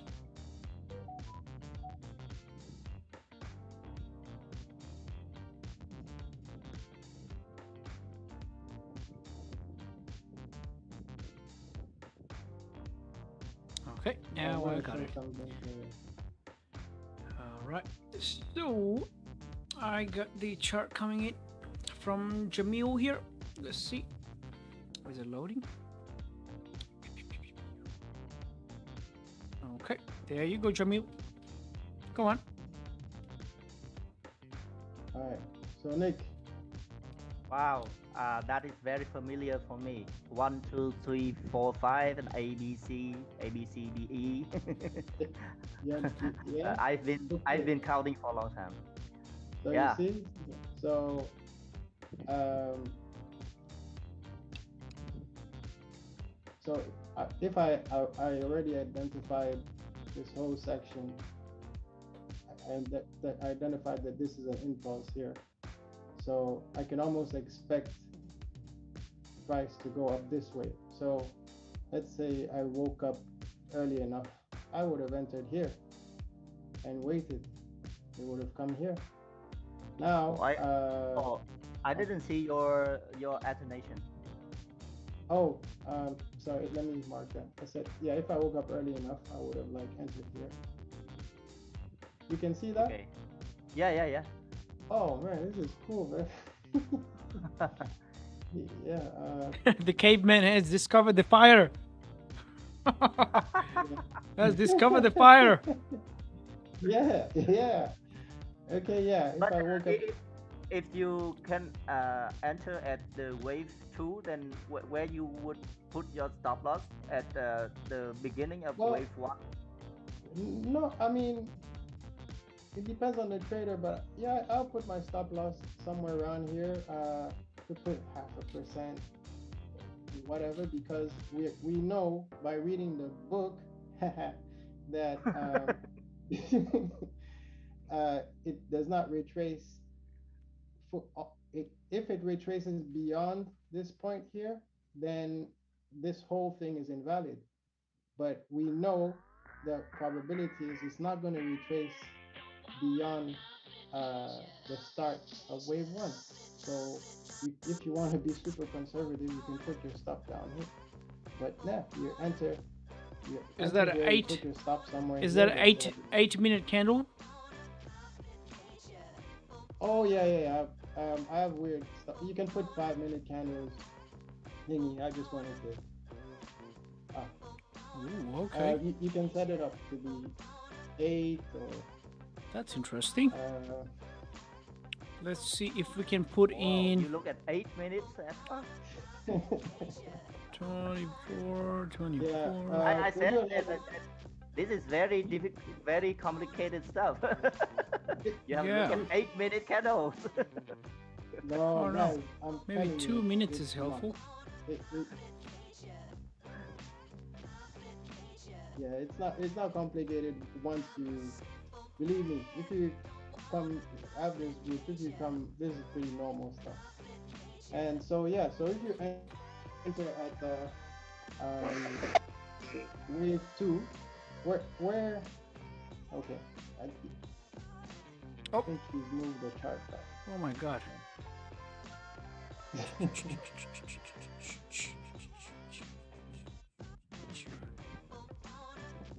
Let's go to 5 minutes, huh? Okay. Okay, yeah, we can read 5 minutes there. So you said this is One, the two. wave one, is it, Jamil? Is this the wave one for you? This is a possible wave one. So uh, I would have entered honestly here because I'm expecting it to go to a wave three. Now, when you read the book, you'll understand there are a lot of rules to identify if this is correct or not. Because to be honest, this this could be a wave one, as in like this distance, or oh crap, let me go backwards. Undo. Yeah. So that could be a wave one, or the wave one can actually be here, wave one, and the wave two would retrace to the low here. You see, and then expect the wave three here. So everyone I know anyway in my group would Yep. have entered here. Uh-huh. No one would enter here. No one would enter here. It's impossible, impossible. And there are rules in the book to under, where you Yep. understand that Yep. this cannot retrace beyond this line. Mm-hmm. Go on. So you could therefore enter again here. Uh-huh. You see? So right now, where it is, Yep. um, depending on what happens, we can see if it will extend to its next high, and then we can mark off if it's the end of wave three. That could be the end of wave three here, Mm-hmm. but to be honest, I will just wait for retracement to a certain point, and then I could re-enter there. So this is in 5 minutes or 2 minutes. I've told you this. Yeah, obviously I wish I had more time, but you understand now how you can avoid, you know, or you can protect your capital, avoid going into weird situations and stuff because you understand the wave counts and stuff. And Nick Yeah, knows man. this because he has the Jamil, best seems book in the world. seems like Alien Wave is too damn hard for me, to be honest. Right now. You too? No, for me. Yeah, You cause too? That's what it's so simple. no, Based cause on all this stuff. cause no. To be honest, cause I focus more on what the price tells me. You know what I mean? So, Alien Wave. Yeah, yeah. Hopefully, hopefully you're Actually, back testing. Elite Wave, Yep. Yep. Elite Go Wave on. is really complicated stuff to be honest. Yep. Because I tried to master it for like almost a year, but maybe it's easy for Jamil, but I don't Yeah, know. no, yes, that happens sometimes because to some of the guys, idea can actually, is like make sense. It sort of doesn't make sense on depending on the waves. You know what I mean? Because the price in a whole doesn't move in a wave. It's not going to depend on wave. It depends mostly on the market reaction. In my experience or in my trading vocabulary, is mostly depending on the market psychology. If there's any manipulation, if there's any freaking tweet about any sort of like currency, if there's any freaking tweet about any country's economy and stuff. So depending on the market response, I can't see the waves, man. Honestly, maybe Jamil, we I understand you. one of the time, maybe you and me sit together and we actually talk about alien waves, huh? Oh, One of the times. I would love to. I would love to no see your worries. ideas. What? I would love to see your No ideas. To be worries. honest. If you want, even. Yeah, if, yeah. if you want, even even invite Nick. We have weekly sessions, in the other group, and you'll see everyone in the group understands this. The way I'm telling you, it's easy. Yeah? the same way I'm saying it's easy, when you understand it, you'll be like, oh, and then it will reinforce this price action because believe me, every part is important. Price action, this wave stuff, fibs, whatever, everything is important. Everything, Yeah, So yeah. don't worry, in due time. Yep. Now, you and me, we will talk. Don't worry, we will talk about the alien waves. Yep. I'll try and see how the idea or the core analogy behind the alien wave works. If it does make sense with the price action, I mean, it does make sense. Otherwise, because I've been profiting from price action for a long time and reading price action. For example, just a simple example from yesterday. How we read market can actually go down in a sort of way that if I can execute just being based on price action, I can control my risk, I can control my profit entry, whatever. So I tend to lean more on price action, obviously. But yeah, A-lit wave does sound fancy. If somebody can master it, like Jamil, obviously amazing, man. Sounds good. But price action is side by side important with any other Yep, any other technique. You know what I mean? So yep, let's yep. see. Yeah, let's see what happens with GJ today. It's actually pumping up. Is it because of the news of volume from earlier from euro, sort of a news here? Let's see what happened with the euro here. Obviously, we are 15 minutes in London session, and market is slowly lurking up. So let's look at the 4 hour right now. Look at the 4 hour. 4 hour has 1 hour left for its close, and yep, 2 hour is bullish.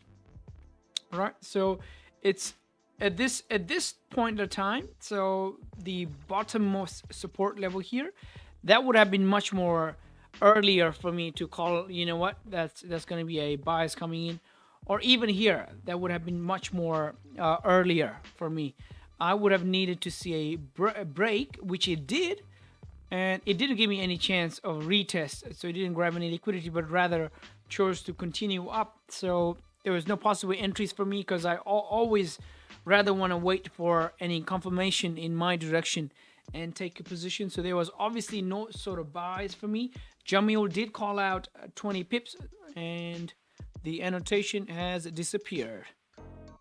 Let me annotate one more time. So, GJ. I GJ. suspect DJ to. I Price. suspect GJ to pull back, Hope to pull back, to go down really, 20 to go down to. plus. You know where it says your buys above line, that buys Yep. above line. Yep. I, I I anticipate the price going there. So you see, right now, I would probably close my runner because it's going to hit its stop loss, so I can gain a few pips just by closing it now. But I Mm-hmm. anticipated going down to that. You see why you wrote buys above? Yep. I expected to go there, and then probably you could look for a buy there for it to go beyond this gray zone that you marked. Mm-hmm. Yeah, you're going to get the wave five, right? Hey, yeah, yeah. You see, you know what you're talking about.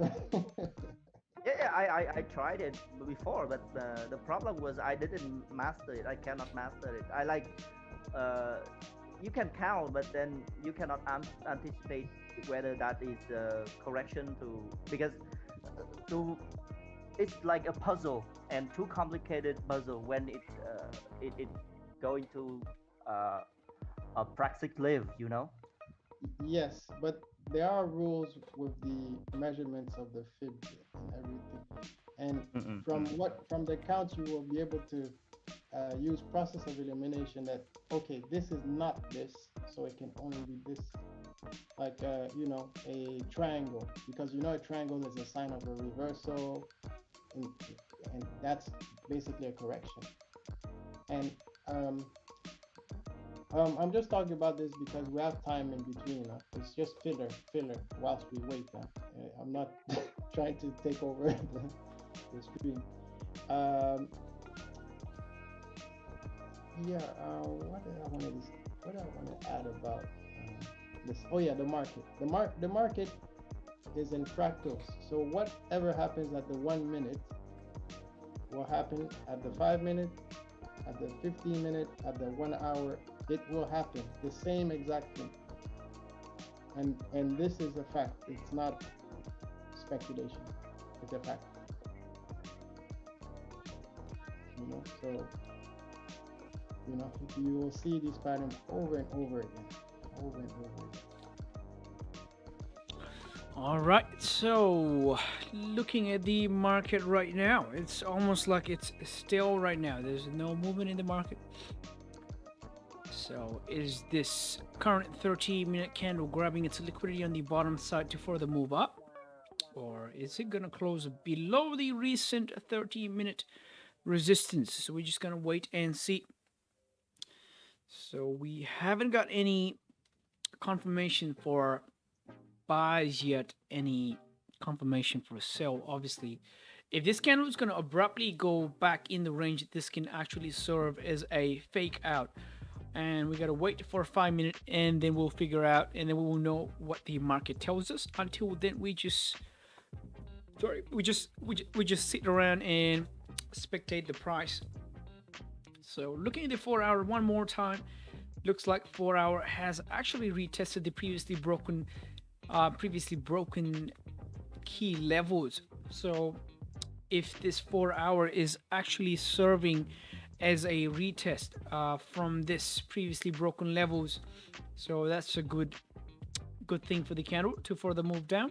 But I suspect that this daily candle, if it's going to actually flip down, it's going to take more volume now, because there was a push earlier from Euro News which actually pumped it up.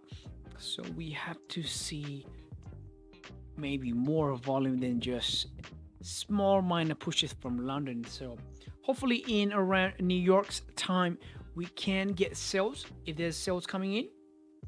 So we just gotta wait and see, because we definitely know that yesterday's daily candle was not because of any minor sort of a news, and almost is a sort of a regular sort of a movement, and did make this exhaustion sort of a traffic almost invalid, right? The volume in this session was very light, nothing heavy, obviously, and it moved down really slow time after time, taking its very slow time.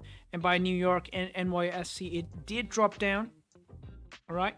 But now what the current daily candle is doing is possibly a retest in the back of my head, right? So if it's actually doing a retest, this is perfect. We will have enough time to catch this trade. As this trade will be coming back, we have different ranges where the price can play out and move around, and let's see what happens. So looking at the 4-hour, current 4-hour is still bullish and looks like a healthy bullish candle. It has one more hour to close. So let's look at the 1 hour. So looking at the 1 hour candle, it has 2 more minutes left for its close, and it's actually above the recent 1 hour resistance. Let's see what happens there. And we have 2 more minutes for this candle to close. Is this candle gonna close above the resistance or below? 2 more minutes to figure out. 30-minute almost seems as if it's actually rejecting the downside 149.790 level, and is trying to head up. So it has 2 more minutes to close, and it's going to tell us something at that point of time.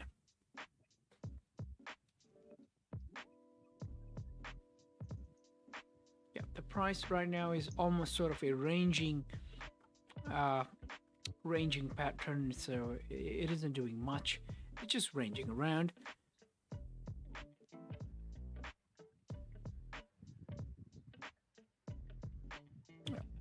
The 1 hour structure looks bearish, So let's see what happens. 1.5 minute left. 1.5 minute left for its close. 1.5. 1.5 minute left for its close. 1.5 minute left for its close.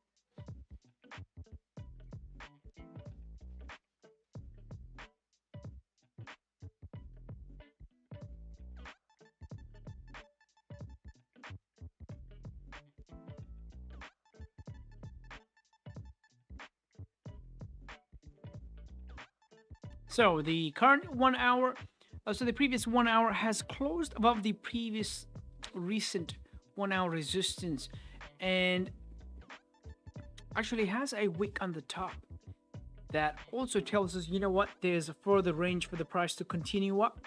And the previously closed 30-minute almost did sort of a liquidity grab on the downside, and the current 30-minute is breaking the previous 30 minutes high in its first few minutes, which is obviously not good, because if we actually want to see this current 30-minute candle to continue up, we ideally want to see a liquidity grab on the downside. Let's just wait and see what happens.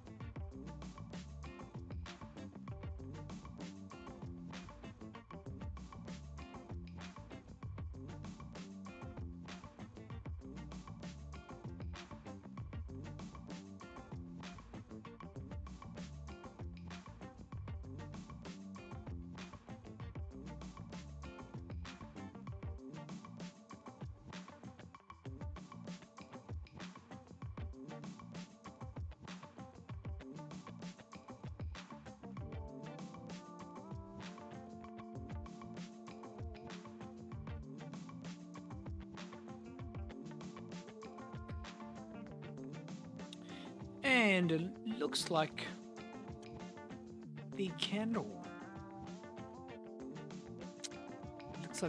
is just gonna continue up. Is it gonna continue up? So we have missed out on the buys today.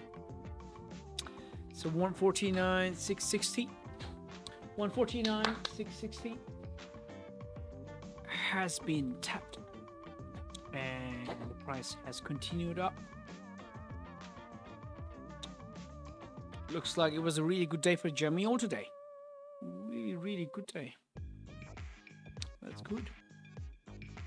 So the volume from the Euro News turned out to be on buys side, so it actually helped the price move up pretty well. It's very good. Well, folks, it's time to kick it old school.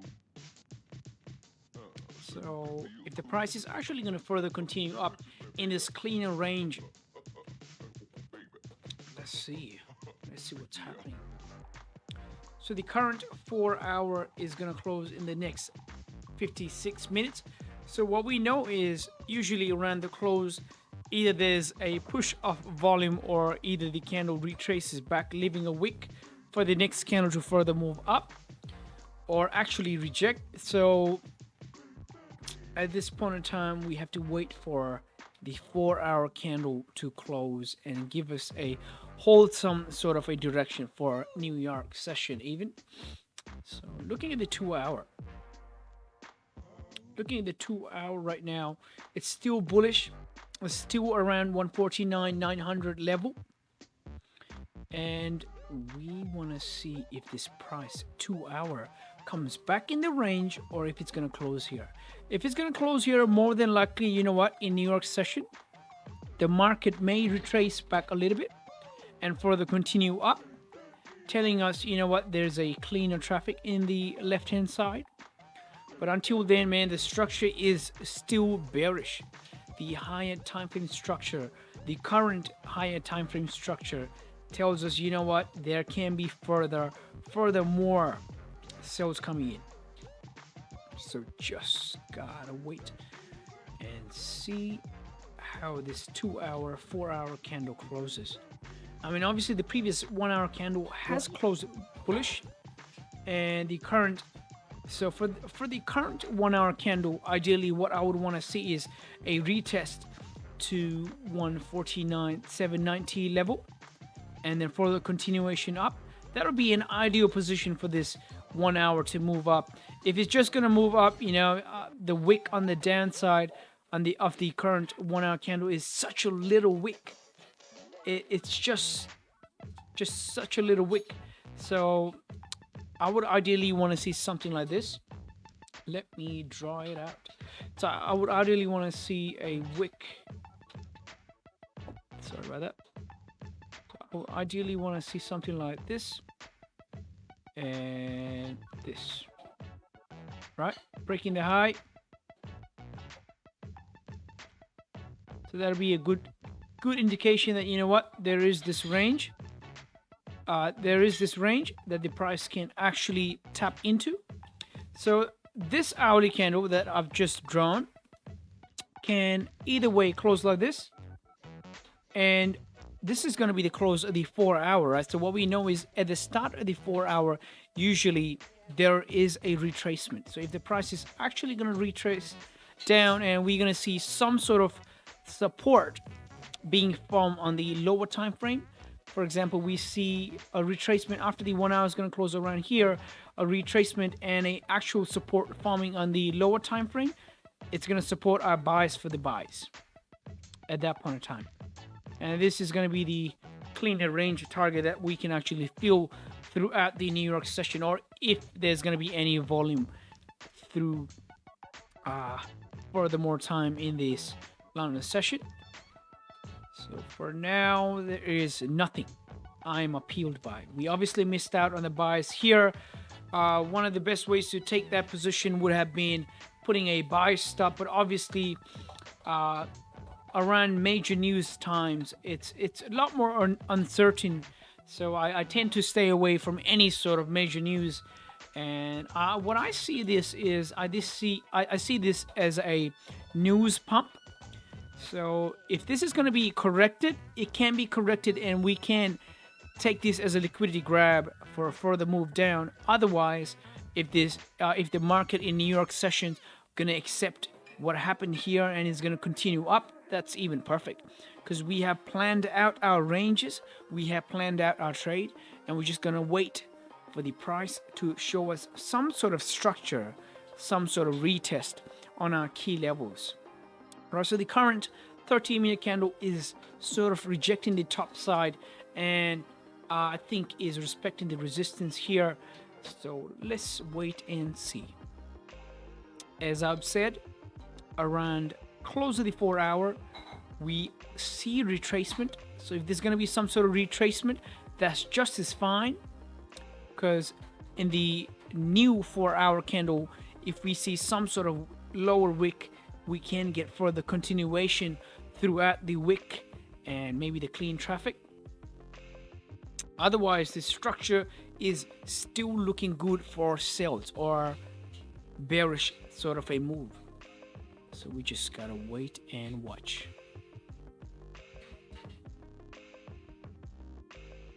So I'm going to be here for next 12 minutes. After 12 minutes, I think I'll be out. And I may have to leave you guys up to GJ's no trade day today. Other than that, man, that was good. Thank you for showing up, guys. Thank you, Jamil. Thank you, Nas. Thank you, Nick. Thank you, Ricardo. You guys are always supportive. That's just amazing. And we will be doing this back again from Monday, right? So this is going to be the last session for the London session for this week from me. So that was a really good idea about doing a simulation sort of a stream. That was by Nick. Nick, did you recommend doing simulation? Were you the one, Nick? During the weekend? Yep. Yeah, sure. If you can, you have time. Oh yeah, we can. So we can take our time and maybe sort of do like a London simulation around weekend time, but not this weekend. Yeah. Obviously, we will plan for the forthcoming weekends and stuff. So until then, that looks good. So I'm going to be here for next 10 minutes and so. And yeah, it looks like that was a really good trade that Jamil got into. That was a very good trade, Jamil. Nicely executed. You just caught the move like like a eagle flying from the sky and catching its prey, like just explosive. Hopefully we can, do the cause and confluence, because I think it adds an edge. The Elliott adds an edge to the price action. Yeah. That is great if you can combine the advantage of the other methods together. I think it's all relative.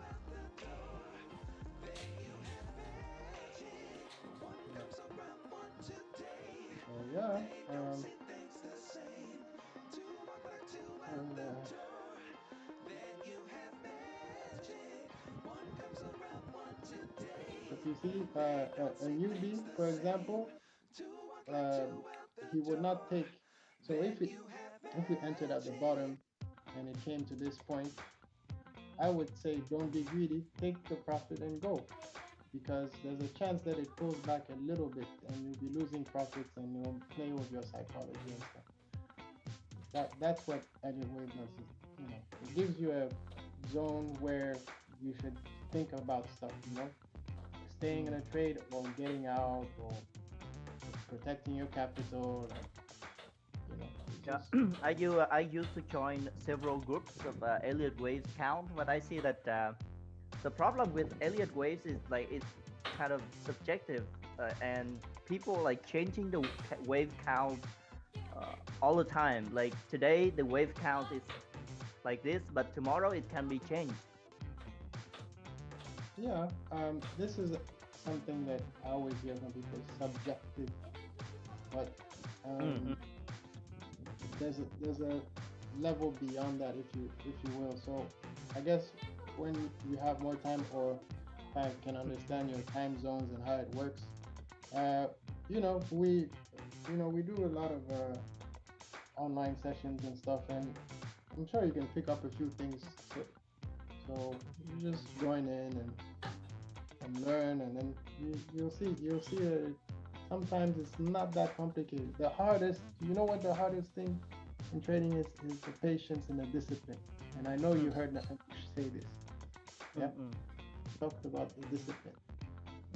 Not many people are disciplined because there's just too many distractions. The phone, everything's accessible. Everything, you can have everything at a click of a button.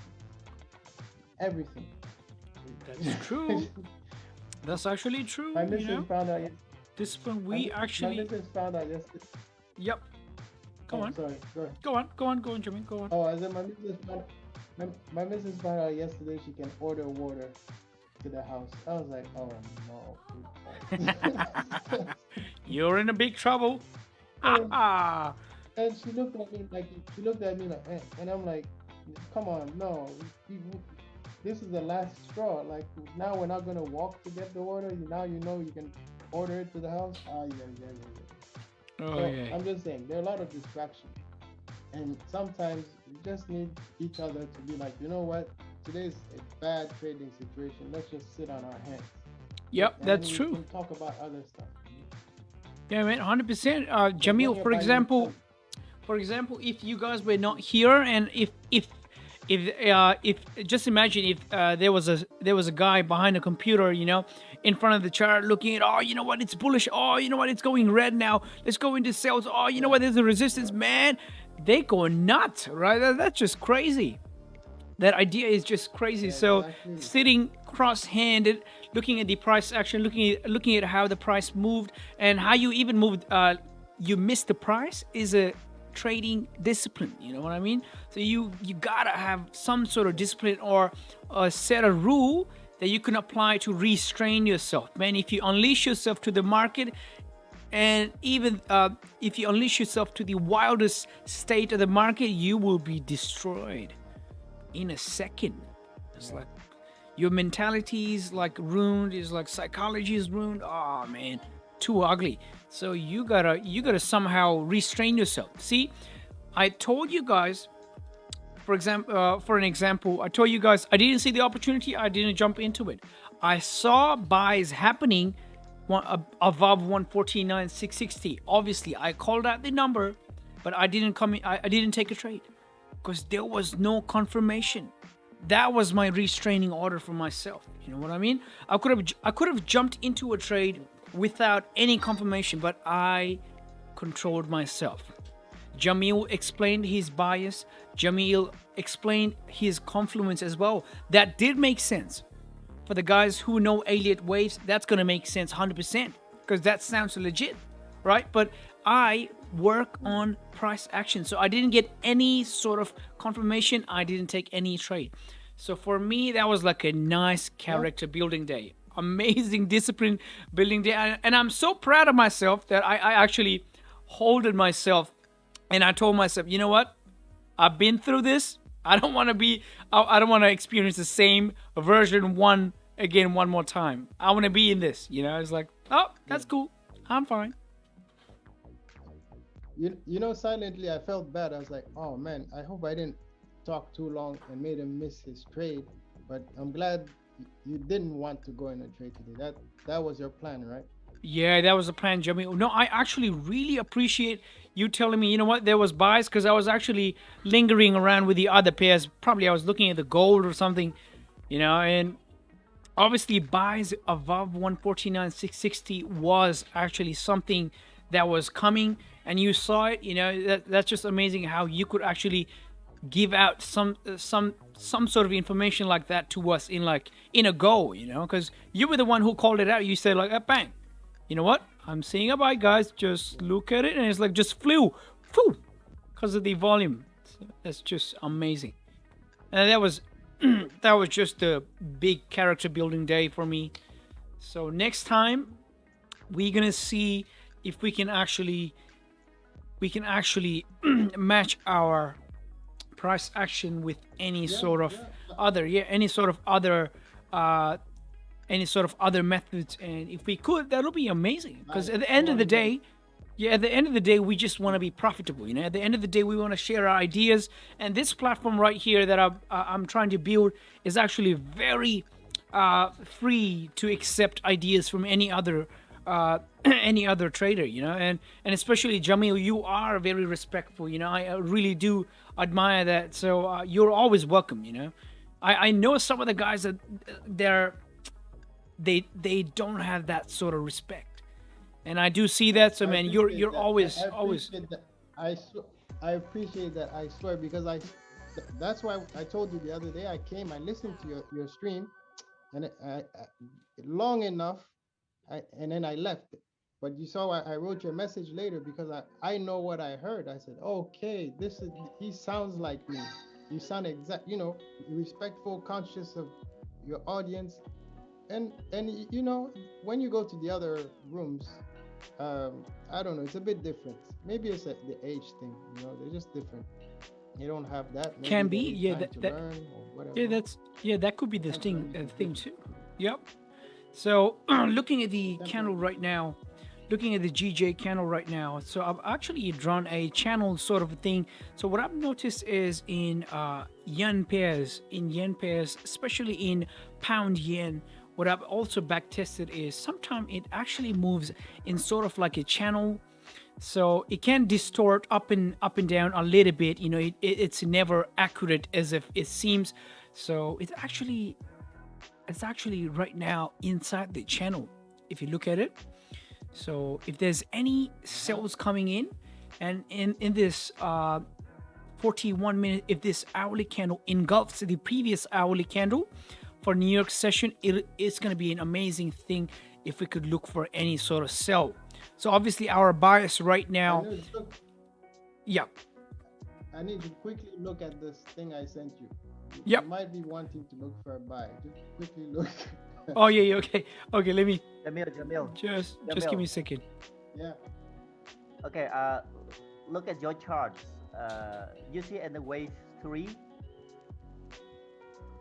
I see that the wave 3. You know when I posted the first one where the price was, it was at wave 3. Now so it's going to 0.4. Yep. And this is where you should be looking for another buy. And this is where maybe Anush your buy. No, I want to talk about the sub waves in the wave 3. It's not 5 waves yet, right? So it's maybe the wave 3 is not finished. No. That because it's a correction, that's an A B C move. So it's A B, and then when it gets to 4, it completes its C. Okay. Okay, And let's now look at the you price. Can go for a buy. You can look for a buy. So right now, sorry about that. So we have to wait for this hourly candle to close for any sorts of buys, because I wouldn't take any buys here, because taking buys here would actually not make sense to me. But if you have enough risk, obviously it could make sense. But you know, keeping 25 pips stop loss or even more doesn't really make sense to me, and I can't break my trading plan. See, so the obvious buys that Jamil called, that was that was something I would have been into if I had time to see the price moving up, but obviously we missed out because we were messing around with the other pairs, which we shouldn't have been doing. But anyways, that was a very good call, Jamil. Buys, man, that was beautiful. So let's see, because I am still more inclined. If this candle is going to close bearish, my thought process tells me that, you know what, there's still more room to go downside, and I'll be more inclined to take sales. But if there's any buys coming in, as even I discussed, this could be a 4-hour retracement, because the 4-hour is actually coming into a close. So if this 4-hour is going to close bullish somewhere around this level, the wick on the upside could be a range for the next 4-hour candle to fill. But ideally, what I would want to see is the 4-hour after the current 4-hour closes. I need to see that candle make a lower wick before continuing up. So that's something I'll be looking to see. That's going to be my confirmation for any sort of buy. Until then, I'm just going to wait and see if I can get any opportunities above 149.900. I mean, if there's any buys coming in achieving price from 149.900 to 150, 145 is not going to be any trouble. Trust me, if there's any buys coming in. If there's sell coming in, sales are looking good now. I'm not in any sell, but the probability of the sales are getting more, right? So the probability for the sales are increasing. But let's see what happens, because the market dictates what happens next. I'm just the guy who reads the story of the market, right? I'm just the guy who reads the candle, but the market decides what happens with the price. So a candle storyteller and the market, two different things. All right, so let's just see 30-minute one more time. So the current 30-minute has 7 more minutes for its close. If this 30-minute candle closes below 149.660, that will be almost sort of a fake out or a correction of the pump. And this area right here, so this area right here could serve as a liquidity grab and also matches with the rejection here. All right, so it actually matches with the rejection here. So ideally what I want to see is for sales, I want the candles to close below 149.660 if it's going to go down, and I would want to see any sort of resistance or break of below 149.350 and for the continuation down with volume. So I will wait and see. And obviously it's Friday, you know, breaking your rule on Friday is like suiciding. So I don't want to suicide on a Friday. So let's just wait and see. You know what I mean, Jamil? It's like suiciding. So that's Fridays for those people they want to kill themselves in the front line. No. Friday. yeah.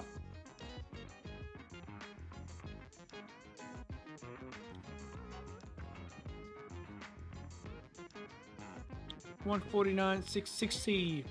We're sort of looking at a similar level here. $149,660. So that's gonna tell us, you know what?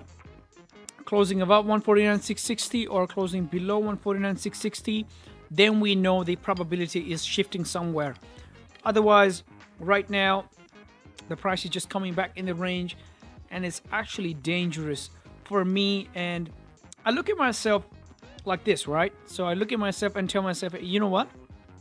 So when I was an amateur trader, when I was just starting, I would take sales out of this thing, you know? I would take crazy amount of sales. Should I do the same thing now? No, not at all.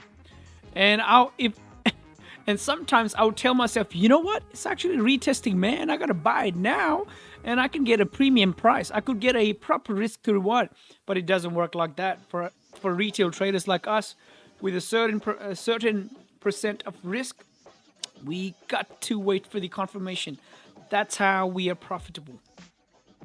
We gotta wait for the confirmation.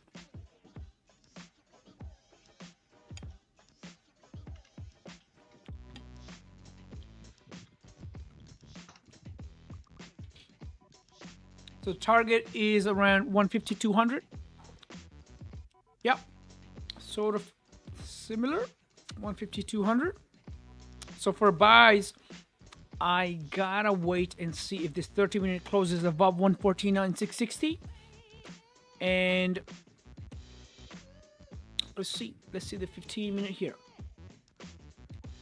Yep, it's sort of rejecting the downside right now, 15-minute. Let's see what happens in the three. This is not dictated by me. This is from a book that was around. Probably. You know, Jamil. A young. I think AK is gonna buy that book soon. No, man, I'm good. Honestly, Yeah. I'm not being rude, but trust me, I've read a lot of books, a lot of Forex books, and I'm good with price action. Have you watched Avengers? Adus? The Vengeance movie, Yes. I haven't. Oh, So, why? you don't know Oh, the that's- character. You don't know the character called Thanos. Oh, the Vengeance Avenger, is it? Yeah. there's Oh, I there's do. a I character have watched. Yes, I have watched that. You That's know the. guy called- Yeah, Yep. Thanos, the evil guy with the Infinity Gauntlets. That Yes. Yep. guy. So believe me, I keep reiterating so you understand. I'm telling you, you got an Infinity Gauntlet with the price action. But imagine now you can add a stone to make you even more powerful. Okay. Okay. No, That's no, what no. I'm- So always remember this. I will always big you up, push, price action, go for it. Don't change anything. The recipe's working. But if you can add something else so that you can like be supreme, like, oh my God, who is this guy? Like he walked in the room, like this kind of trader. I'm sure you will jump to it, man. I'm sure. When no one's saying you should leave your thing, never, never, I'll never see it. Never. Okay. Just trying to Yeah, make you. because AK is like in profitable side now, so he just keep practicing and sharpen his skills with Oh, this that's price true. action is That's good for true, him. Nick. That's actually true. You know. So I did try a little bit of fib because I was with Kevin from beginning, and he has sort of mastered fib. You know, when he gives Yeah, when he tells me his entries, and because I've seen his terminal. Trust me, I've seen his terminal in terminal, and when I look at his entry, he's like, man, how the hell does this guy grab this kind of move, right? I go wow, but it doesn't make sense to me. See, it doesn't make sense because I look at market in a different approach. Maybe someday I would give it a go someday, but unless I hit my target, you know, because I do have a mission target for this year or even for this month or whatever, you know, a personal target. So when I'm gonna hit that target, I'm gonna be like, oh, you know what, man, I'm just gonna expand my knowledge at that time. If I need to, I would look at it. But the wave, man, I honestly I couldn't get the wave. I couldn't get the wave, but No, no, maybe no. I Even will. Kevin, if you can introduce us to Kevin, but I would love to see, you know, get his thoughts on how he uses a fib. I mean, I know how to use fibs too, but you know, anyone Yeah, that seems to think that they have an edge, I'm always willing to learn. I don't care who you are. You could be 5. You can always learn from anyone. true. Someone, you know. That's actually true. That's actually true. Yeah, now I'd love to. I'd love to hang around with you, Jamil, someday, and just work out how you deal with the things, you know. And as you said, if I'm gonna collect this another Infinity Stone in my glove, man, perfect.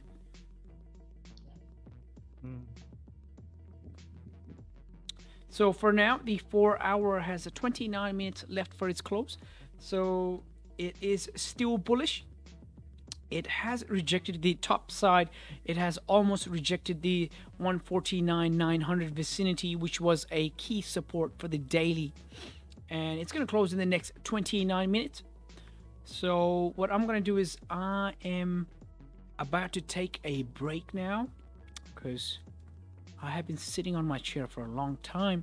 Hopefully we get some kind of push in the next 28 minutes because that's going to be the end of the Tokyo, and we see some sort of market establishment. And if this candle is going to close above 149,660, I would say the probability for the buys are going to shift more, and the price may break this channel and further move up, because that's what we see, right? When the price breaks the channel, we see a move in a different direction. So let's just wait and see. I'm gonna be heading out in the next 2 minutes. Until then, guys, that was a nice time with you guys. It's always interesting sharing ideas, you know, and you guys are always respectful, and I really respect that. It's amazing having you guys here. And yep, hopefully it plays out, Thank Jamil. you. Hopefully it plays out for you. You know, it's gonna be amazing if it's gonna play out for you, Jamil. Yeah, psychology, confidence building, all this stuff. It's that's what this does, you know. So okay, all right, Anush. Well, have a nice rest over there, and You too, catch you Jamil. later, I guess. Yeah, catch you later. Best of luck, Jamil, and best of luck, Nick. Best of luck, Nas. Best of luck, Ricardo. Man, Thank you. Ricardo's been here for a long time, and we haven't heard a word from Ricardo. But Ricardo, man, thank you for your support. Thank you for coming here and listening to our ideas, you know, and discussions. This is just amazing. So it looks like, guys, the current 1 hour is actually trying to engulf the previous 1 hour candle, as we've discussed already. If the price is actually moving in a channel and is trying to engulf the previous candle and correct this sort of a push on the upside, this can serve as a liquidity grab on the top for the 4-hour. And if this potential fake out is going to be established at around the time of close, man, oh man, we're going to get sales because the structure is bearish. The structure is bearish. And always trust on the structure, right? So we can actually put structure in one of our confluence. So just wait and see how this hourly closes. If this is going to serve us as an liquidity grab, there are sales coming in. Okay? So until then, guys, have a nice afternoon, day, morning, whatever this is. And I will see you guys next time.